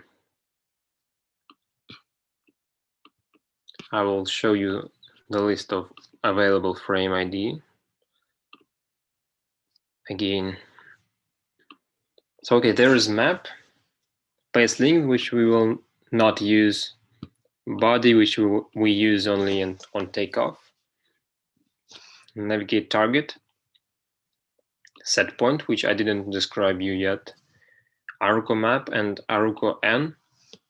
So Aruco N basically is the frame ID relative to the specific Aruco marker. And this is sometimes it's very handy and recommended to use. If you know exactly the number of Aruco marker that you want to fly over, you can use this frame ID and you will just go to the specific position. And this is what I want to show you right now. So this program, I will change it a little bit. So takeoff will remain the same and navigate weight will remain the same here. And now I will replace this 4 inside navigate weight with frame ID equals what is equals Aruco underscore and the number of the Aruco marker on top of which I want to hover. It may be like 55. This Aruco marker should be around the center of the field, not exactly in the center yet, though. The next Aruco marker would be 99. No, spelled it in the wrong way. Aruco 99. And then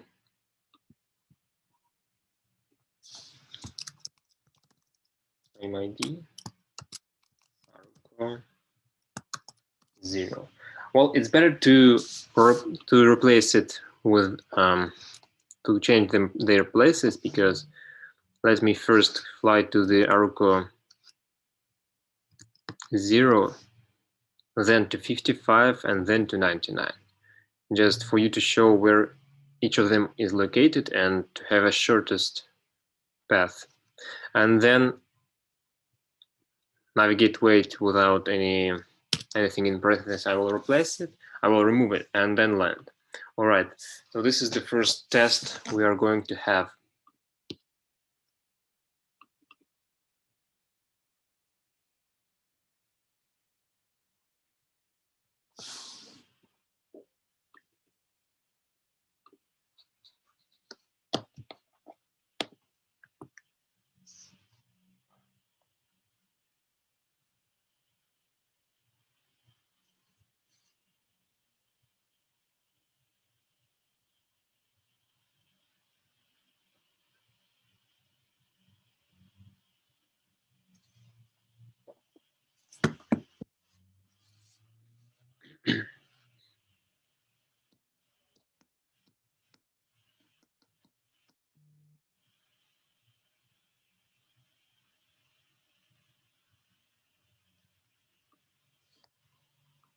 Okay,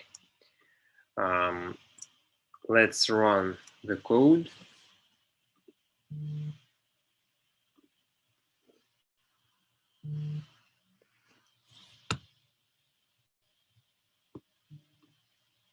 So the first marker to visit is 0, and you will find out now that the marker with ID 0 is not the same marker that you take off from. So this is not the marker 0. I already showed you that when we took off, and I showed you that in image topic list. But now you will know exactly where the 0 marker is.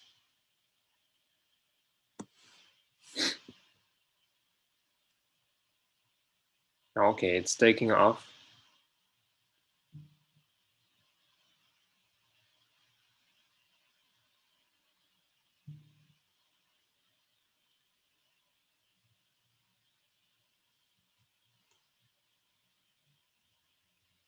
And the drone is heading to this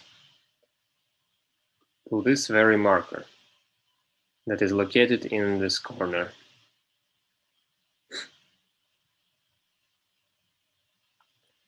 So the count of the marker begins with top left corner and goes right. So 0, 1, 2, 3, 4, 5, 6, 7, 8, 9, 10, 11, 12, 13, 14, 15, 16, 17, 18, 19.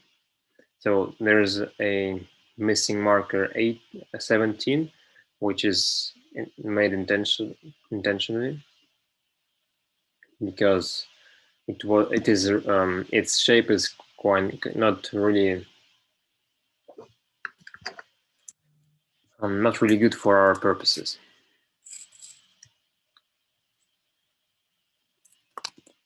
So this is the marker with ID 0, and the drone will hover a little bit over this marker, then we'll go to the marker 55. It should be around the center, a little bit to the right. So this is going to be the 55.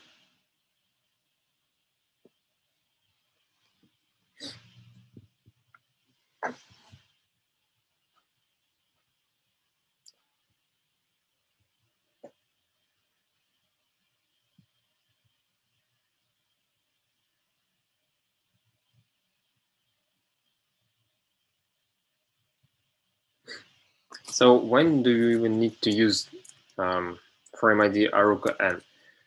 It is when you maybe don't know exactly where the marker is located, but you know that around this marker is something that I want to fly over.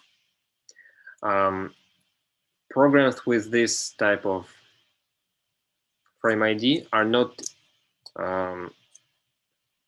universal.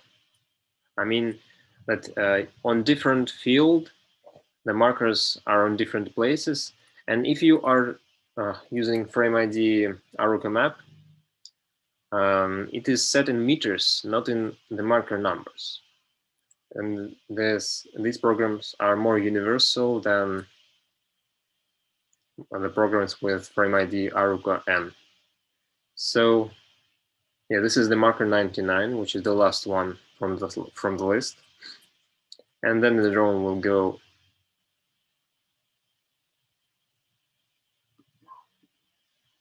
and land there. Okay, this was the first test. Another test I want to show you is how to use navigate target in normal navigates. So let's go to this in our program. Let's change this a little bit. So the first point to go is the 0, 0, 0 coordinates, and then let's go to the frame ID navigate target.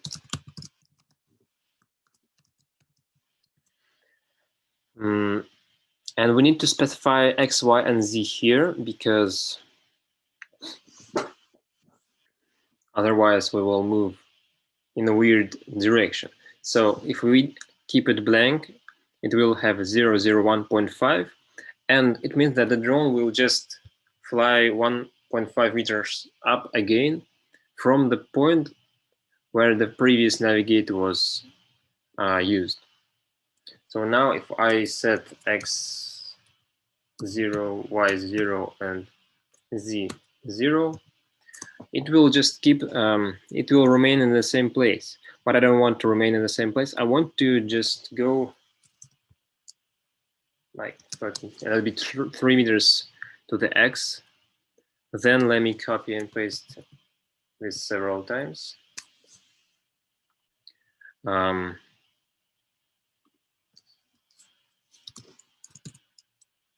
Change it to 3 meters by y-axis. Then I want to go actually in negative x, so it's -3, and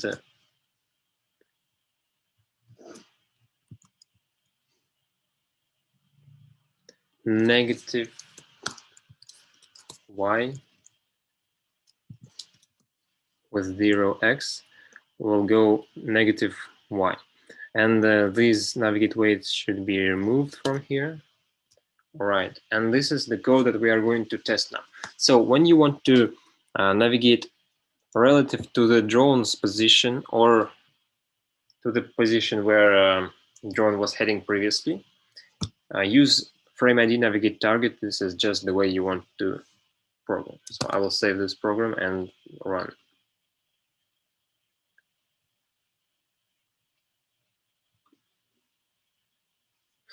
It will take off from here, go there, and have a little trip.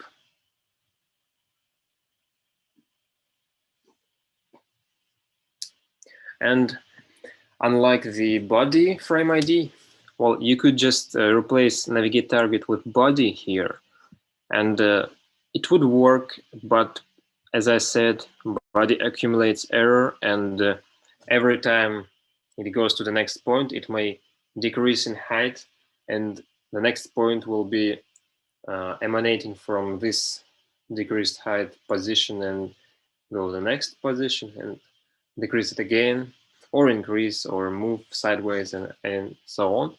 So just don't use this frame ID unless you want to take off. So when you take off, use body, then use Aruka map or navigate target.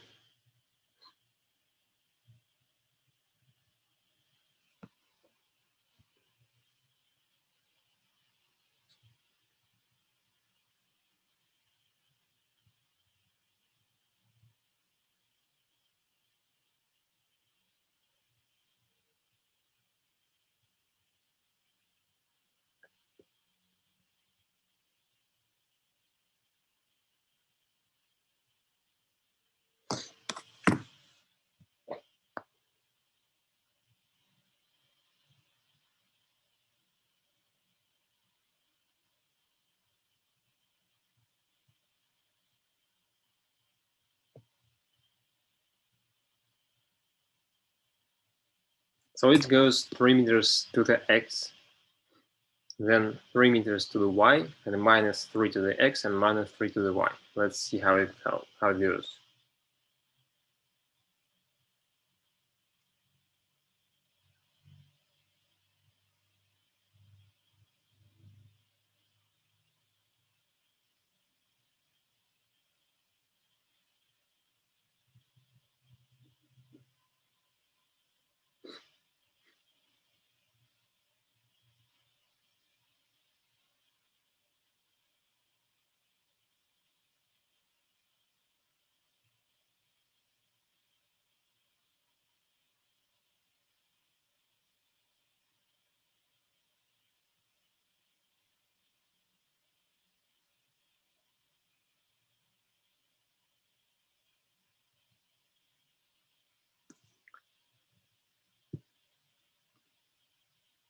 And funny thing is, if the drone didn't have enough time to reach its point, and you already give it another navigate.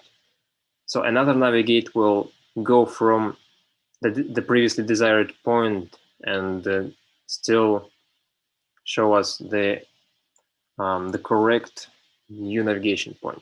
So the drone will go like that, a little bit diagonally, if there was not enough time. But if there was enough time, then it will just go here, then here.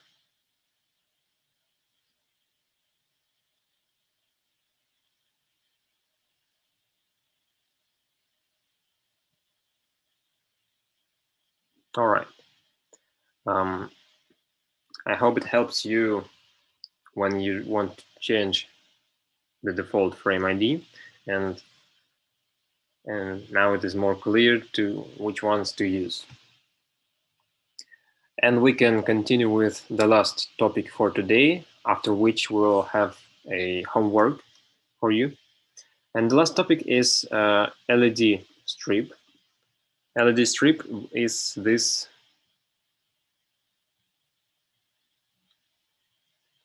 this colored thing around the drone.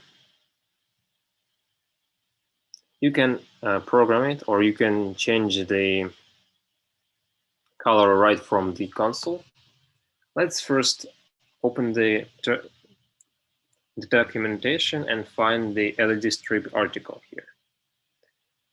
It says how to connect, it says how to set up the LED strip, but it's already set up, so we don't need to. And here you can see the high-level interface allows changing current effect in strip, and there is a LED set effects service. So you can run this service and change effect. I will show you how to do that. Let's open the terminal and ROS service call /LED/set effect. And tab. And it gives us this menu where we can write like effect here, or color. If we type rainbow without specifying color, it will just start the rainbow. So it's our service call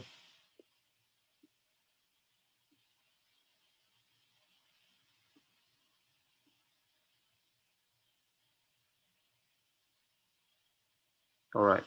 The next, what I will show you is what if we don't use effect, any effect, but just change the color.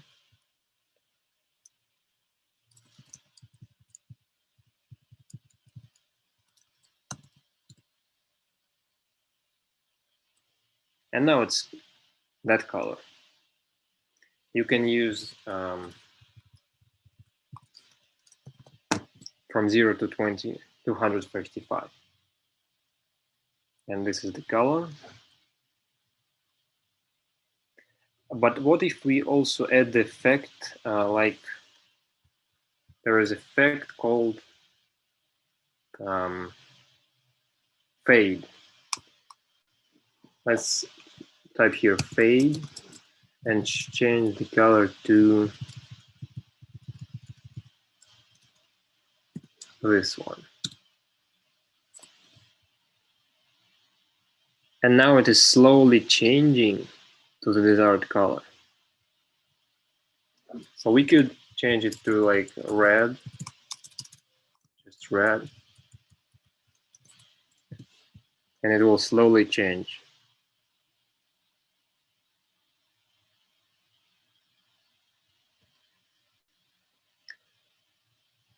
Or you can blink or blink fast. Let me use it. Blink with the color, with blue color.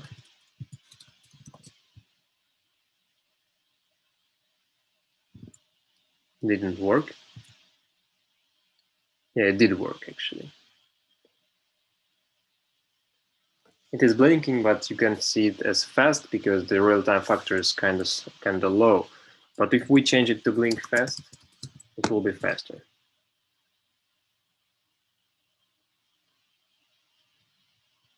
Yeah, it is faster. Okay, and now let's write a program that controls the LED. I will use as a reference program the program that I just ran with navigate targets. So here is the Python example. Look here. We don't need to double import ROSPy, but we need to import from Clover import satellite effect, and we don't need ROSPy init node because it is already there. But we need to declare this set effect, which is ROSPy service proxy, and then we can use set effects wherever we want. So let me copy this piece of code, paste it in on top of the program.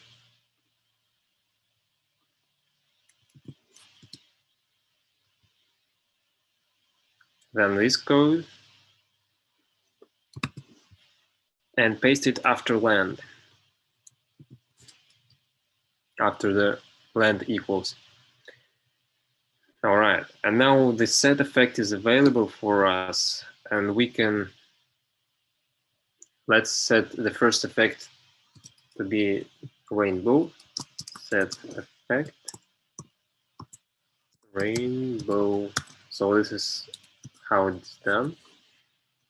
After it takes off, it will start rainbow, and after the first point, let it be fade to green. Here we need to specify the arguments. The first argument is actually the effect, and we can say effect equals to fade. Then B equals 255, or I want it to green, yeah, and it's G equals 255. So how to know what to write? Here you can see the references. Set effect equals fade, B equals 255. The zero arguments may be skipped, so just don't write them. Then after the second point, let it be the blue color. Then red.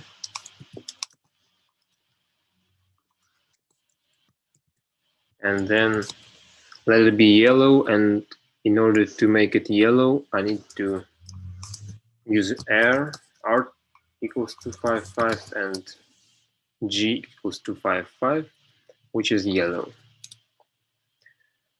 So this is the program with set effect. Let's try it out.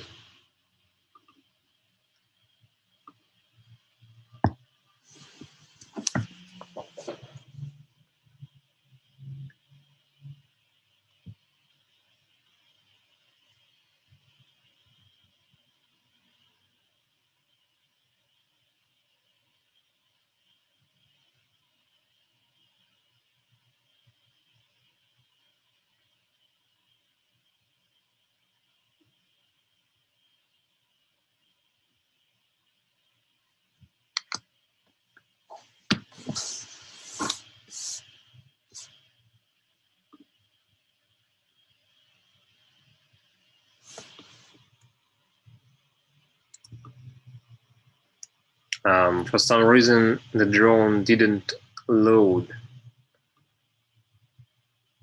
I think it needs to be restarted. The drone should load with the simulator.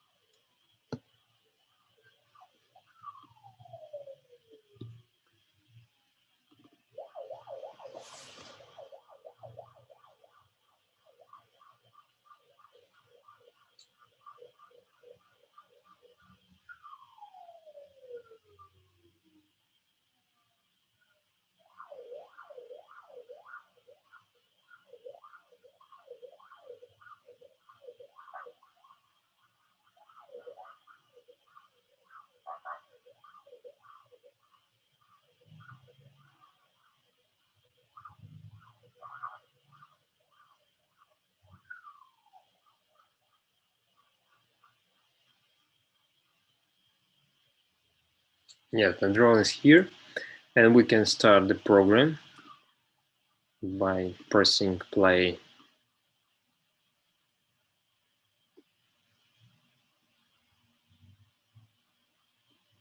So you remember that after the drone takes off, it needs to go back to the rainbow. Well, you remember that rainbow is the default effect when you just run the simulator, but after takeoff, it goes purple.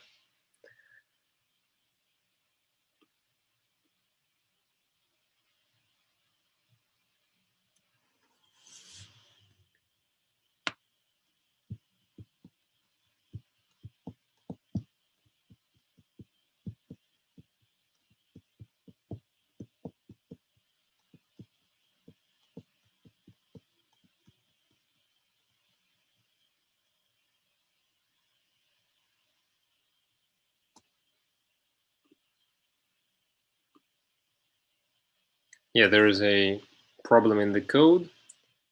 Probably we messed up something.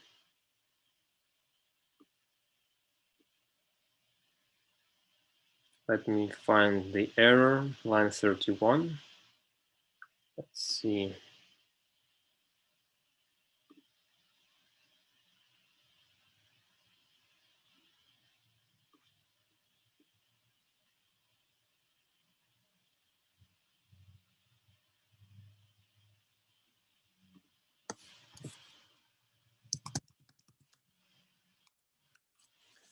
Maybe it wants to be effect.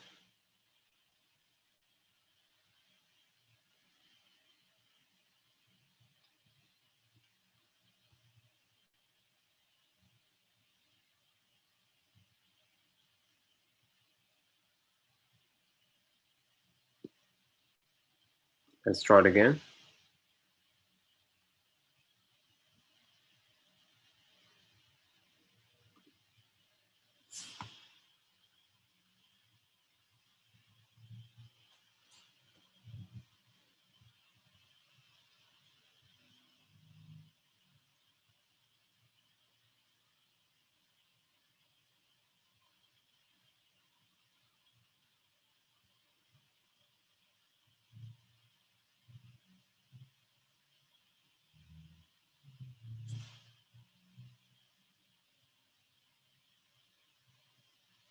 Yeah, now it's working and it's flying to the first point.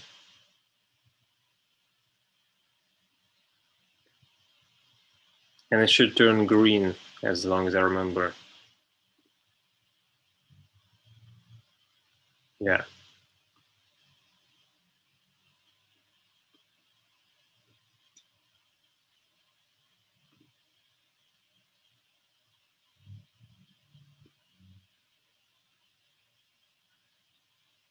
So let's see how it turns green. Yeah, it's now green. So the set effect is working.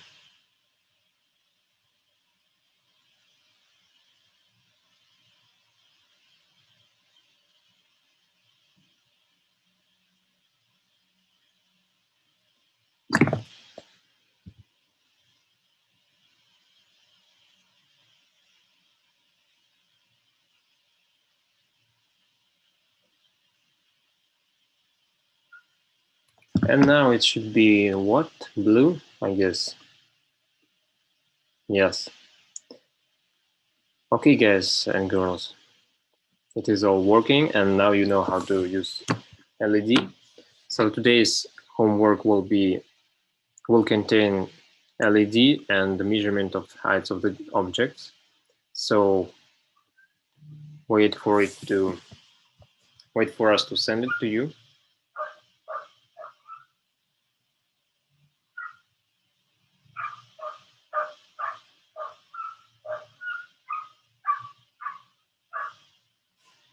So Svetlana, are you here? Can you tell us about our work? Hey guys, yes, I'm here. Just a moment. Mm-hmm. Oh, great. So I have some surprise for you. I have several information, especially for you. First of all, I am now at the University of the Nuclear Power, and this university has a drone laboratory, and I would like to share with you their experience and make a tour. Just a moment. Yeah, this is one of the room where guys make some researchers, make videos for drones, and they have different type of the equipment. But this is not at all, and we will go to the next room. So as I said before, our camp providing during within inter-university competition, and now the competition provided in the remote format, and each university has two participants, two competitors, and one expert, and they perform the task at the drone laboratory located at each university. We have 5 universities during the competition.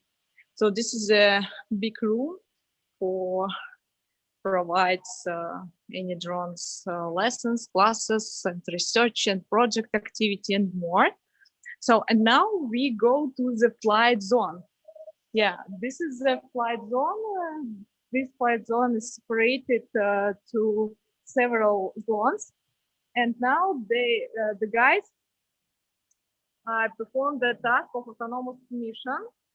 So they shoot to measure the object and to choose the right object. The number of the object was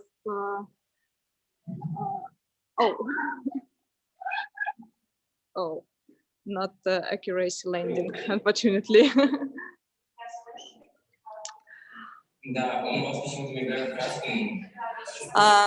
So the drone should to provide the landing at a special zone.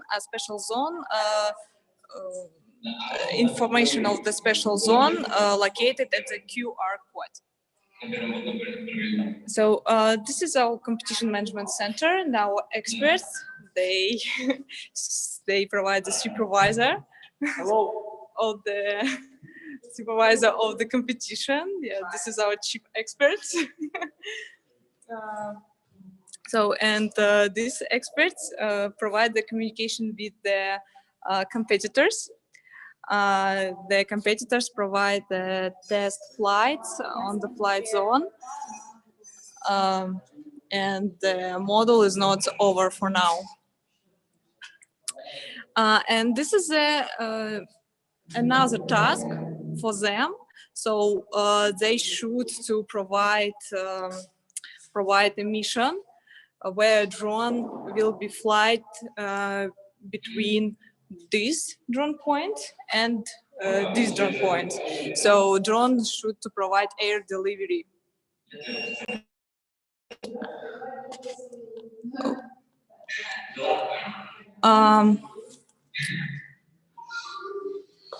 So, and next, so in this university, we have a small flight zone for provide any tests and simple flights for the drones. And also, one of the interesting tasks in this competition, it's to provide drone swarms.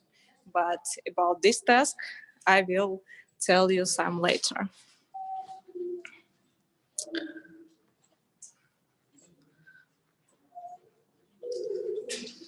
Okay, guys, so what about tour? How it was for you?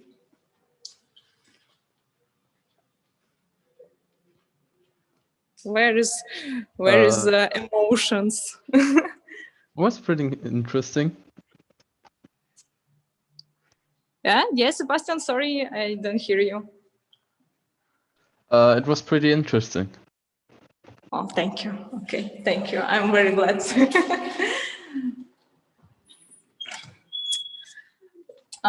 Okay, so now I think we can continue our work. So just a moment.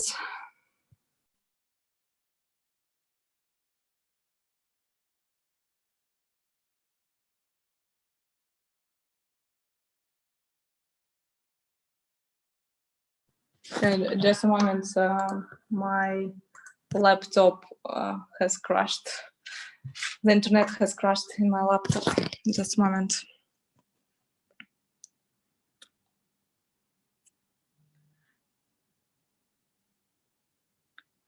So, and also we have several drone laboratories, and we have for this moment we have three drone laboratories in Russian universities. It's because they was based recently, and now they provide research activities, and two of them located in Moscow and one in the St. Petersburg. In St. Petersburg was a hoster of the BRICS Skills Future Skills Challenge.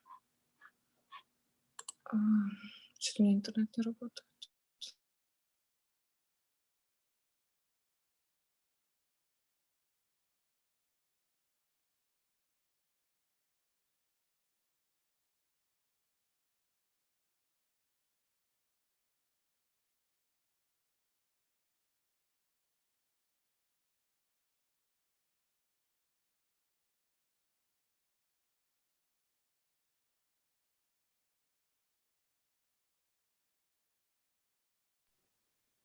We can hear you, I think. Yeah, I tried to solve my internet problem to share the presentation, but before we give you information, so you can share with us your experience for today. So how it was. Well, from my point of view, I think it was amazing. Trying to change colors, following lines. Yeah. And now I understood better how to code in Python language. So it was really good. Thank you. Thank you so much. Oh, so you have performed all tasks from Timothy?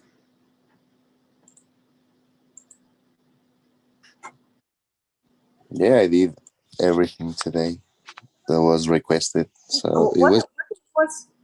What was the most difficult for you in today or yesterday? Today, to understand I would say the basics of code because I'm a beginner and I don't really understand how to work with programming with codes, but following the steps, it was easier, I guess. So you don't have experience in programming before? Okay. No, I've just learned to program in C language. And just a little bit of Python, not more.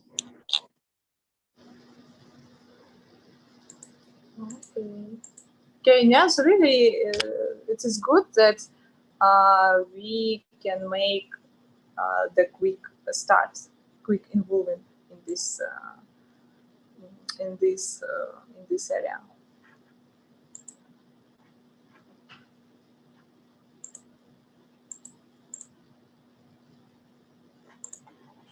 Yeah, thank you.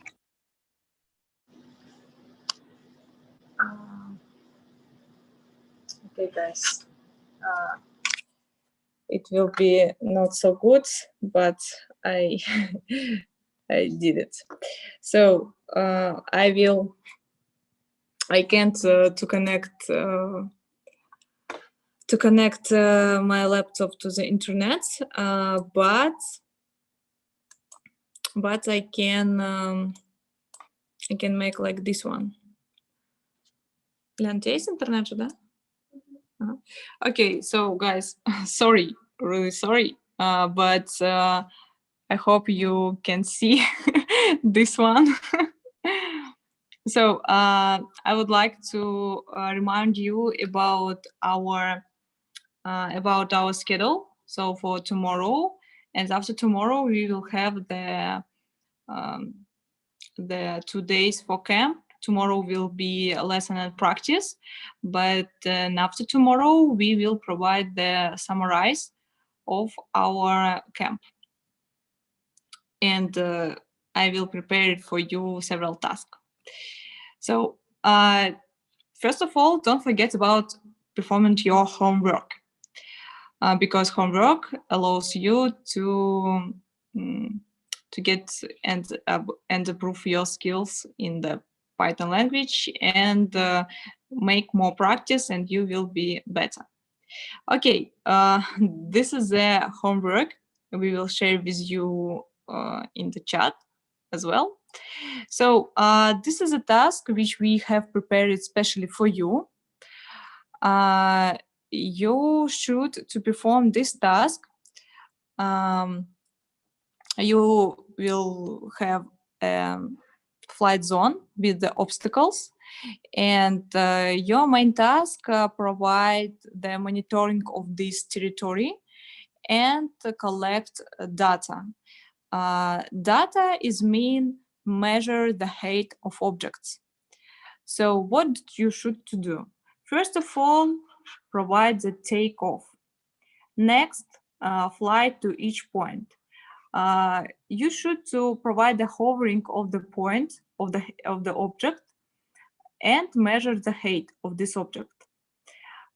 Post into terminal the data, the value of this height. And next, you should to turn on your LED strip into right color. What is mean right color? And don't forget about stay turning on your LED during 5 seconds. So what is mean right color? We have prepared 3 LED range for you. So if the height is 0 meters or below 0.5 meters, you should to use the green color. Oh, sorry. I think you need to change the values here, because for the objects that are 0, that their height is 0, you need to use green color. For the object with a height of 0.5 meters, the color is yellow, and for the objects that are 1 meter high, the color is yeah. Sorry, I have watched it on this one, and I cannot understand what's wrong. Okay, yeah. Sorry. So yeah, yellow. This one.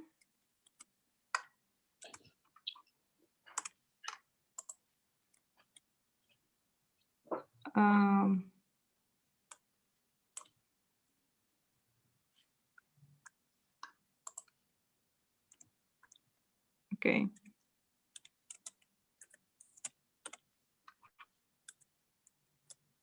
Okay, this is correct, yeah?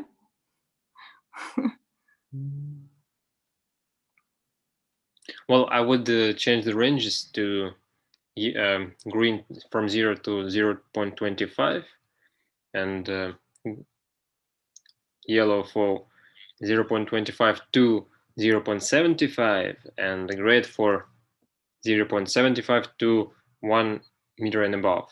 Like, so it could be 75, you mean not 0.5? Why?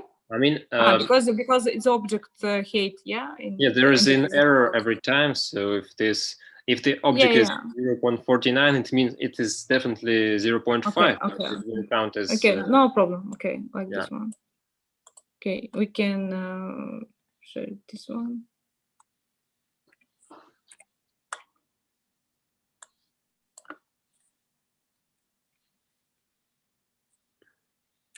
Like this one? No, 0.25 to 0.75 yellow. From okay. 0.25 to 0. Oh, okay, like this one. We can make this one. Okay, because it's different range. Oh, okay. I will change this. Set me chip trainer. Okay. And the last value for yellow should be 0.75. Okay.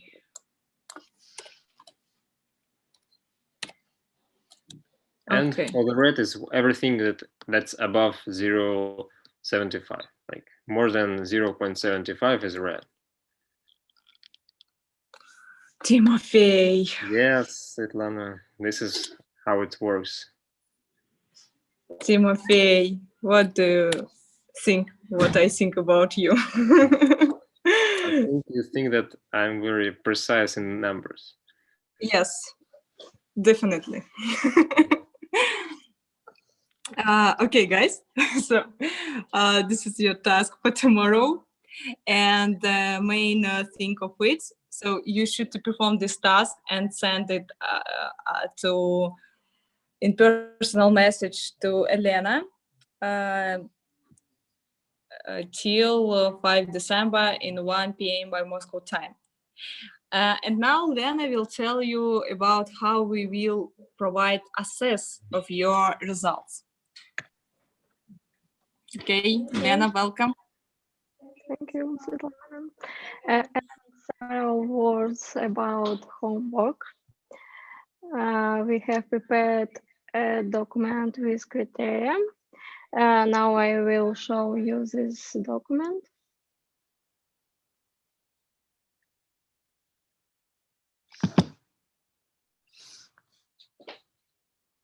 And as you can see, there are only few criteria.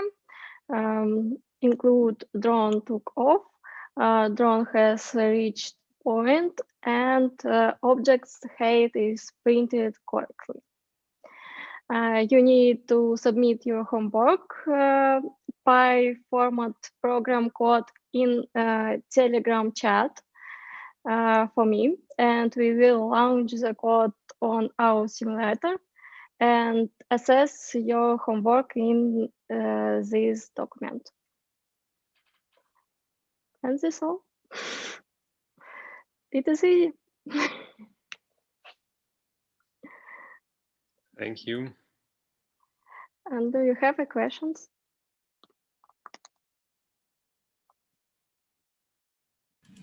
Yeah, I have a question.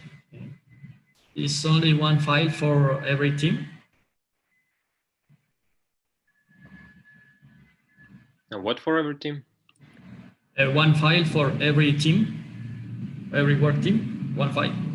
One code from every team? Elena, yeah, it will be better if you send one code, but you can try to send several codes from each teammate.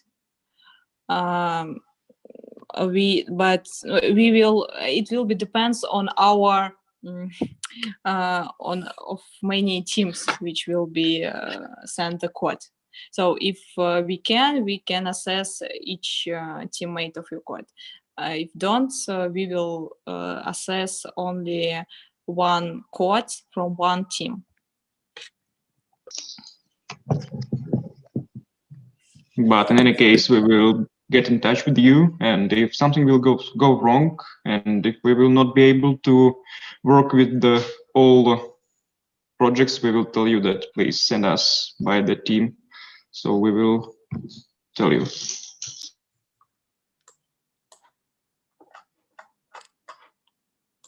Landing coordinate is the same as takeoff.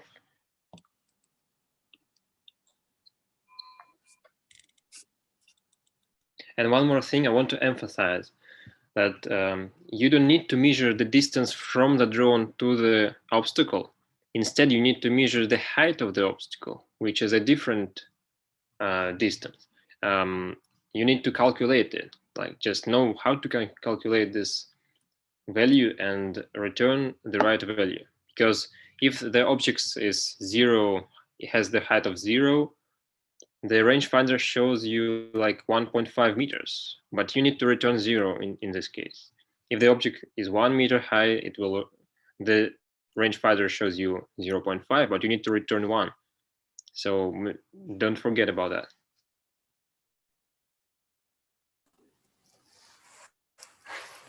Okay, guys. So any question about homework?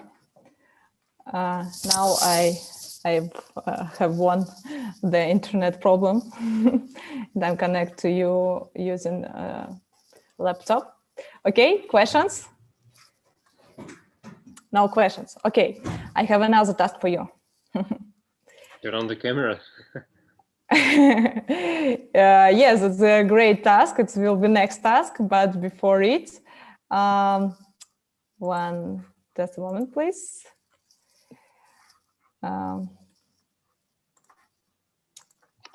Yeah. So, yes, I will share. Oh, yeah. Have you seen my screen? Yeah. Yeah, you can. It's will be better quality than before. Okay, so homework is understood. It's a clear information. Next. So we will provide the open microphone activities at the 6th December at 3 o'clock. So what will we do? You should prepare a short presentation or video about you, about your team, about your organization, about drone activities in your country, and some plans for the future. It will be enough, and for us, it will be interesting information to know you some better. And for you, it will be good opportunity to share with all member of the community about what we do daily. And I think it will be interesting from both sides. And be prepared, please, and send us your presentation, or you can share it by self. Questions?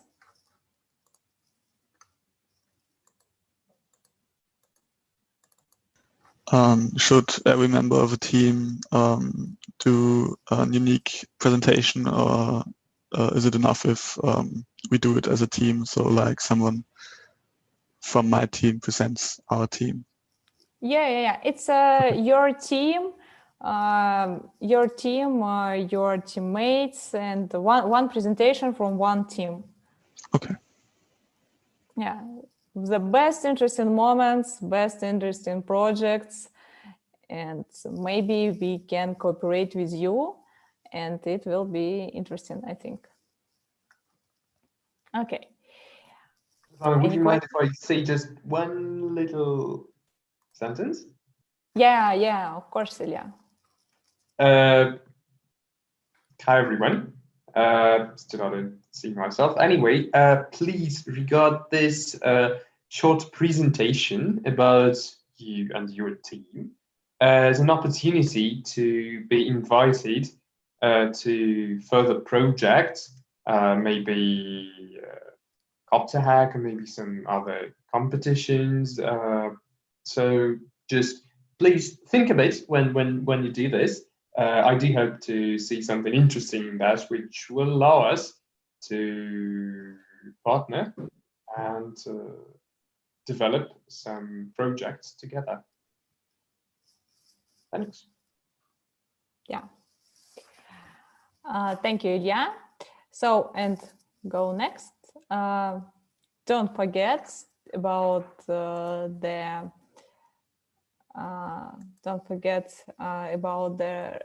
leave your feedback. The link will be the same. We'll share with you. And okay, so we will prepare it for you some challenge again. So you can share with us your amazing photo, which you will do during the camp. Maybe you will discuss such as a teamwork. Maybe you will, during your preparing of the presentation, you will make photo like this one. And you can post it in our common Telegram group, and we will add it in our final presentation in our social networks. And now I would like to take a common photo with you all. Please turn on your cameras, be prepared, be smile.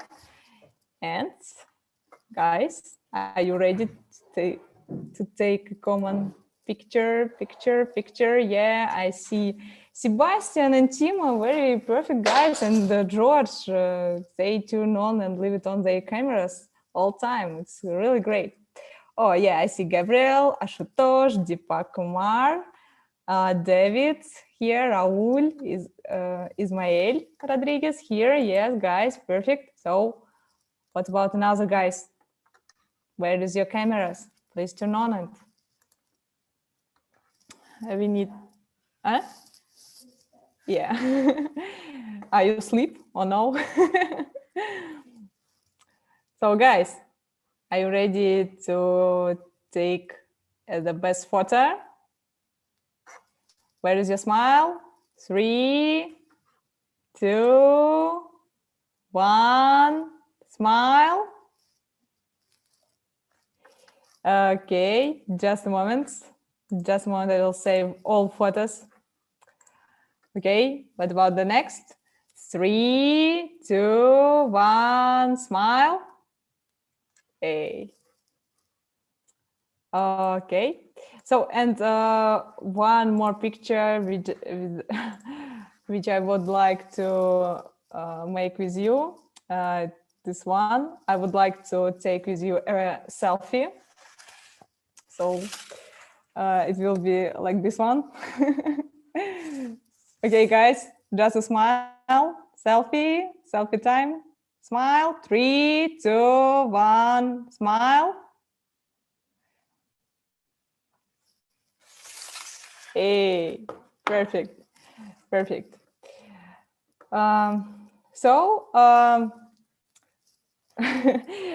Maybe you have any questions.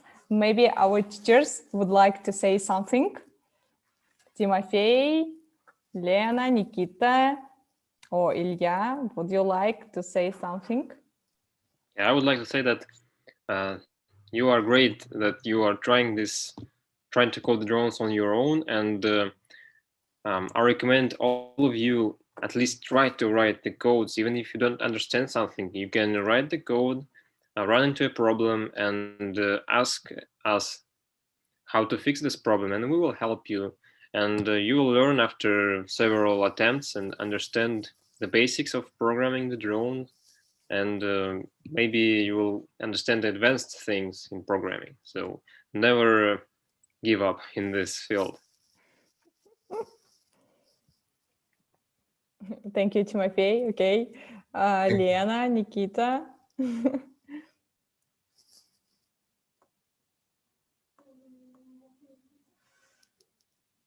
Okay, I think Nikita would like to say something to you guys. Yeah, once again, really thank you that you're taking a part in such a great cooperation like Winter Camp. And I would like to say that this training in the drone scoring is a great training in programming, because you're working with the ready scripts, and while you're working with them, you're already getting through them and trying to understand how it works together. So do not be afraid to make mistakes, because when your drones are crashing in GAZEBO, it is better than when they are crashing in real time. So really don't be afraid to crash them. Don't be afraid to make something wrong. And don't be afraid to send us all your results, even if the results are not very great, not the best, but be sure that the result is already a result. And we have to see that everything that Timofey telling you during our meetings is getting to you. That's maybe not at all, not everything, but you have understood. So if we see the result, that means that our work was also not bad. So please share with us all your results, all your videos of the GAZEBO flights. Do not be afraid. And maybe when you send to us the project which not works perfectly, for us, it is better to understand what you have done wrong and to help you. So do not be afraid once again, as Timofey already told you. Thank you very much for our today meeting. It was really great, and I'm looking forward to check all your homework. See you. Thank you a Yeah, lot. online works wonders. Слышно было. So, guys, maybe you want to ask us about something or tell us something important or no important.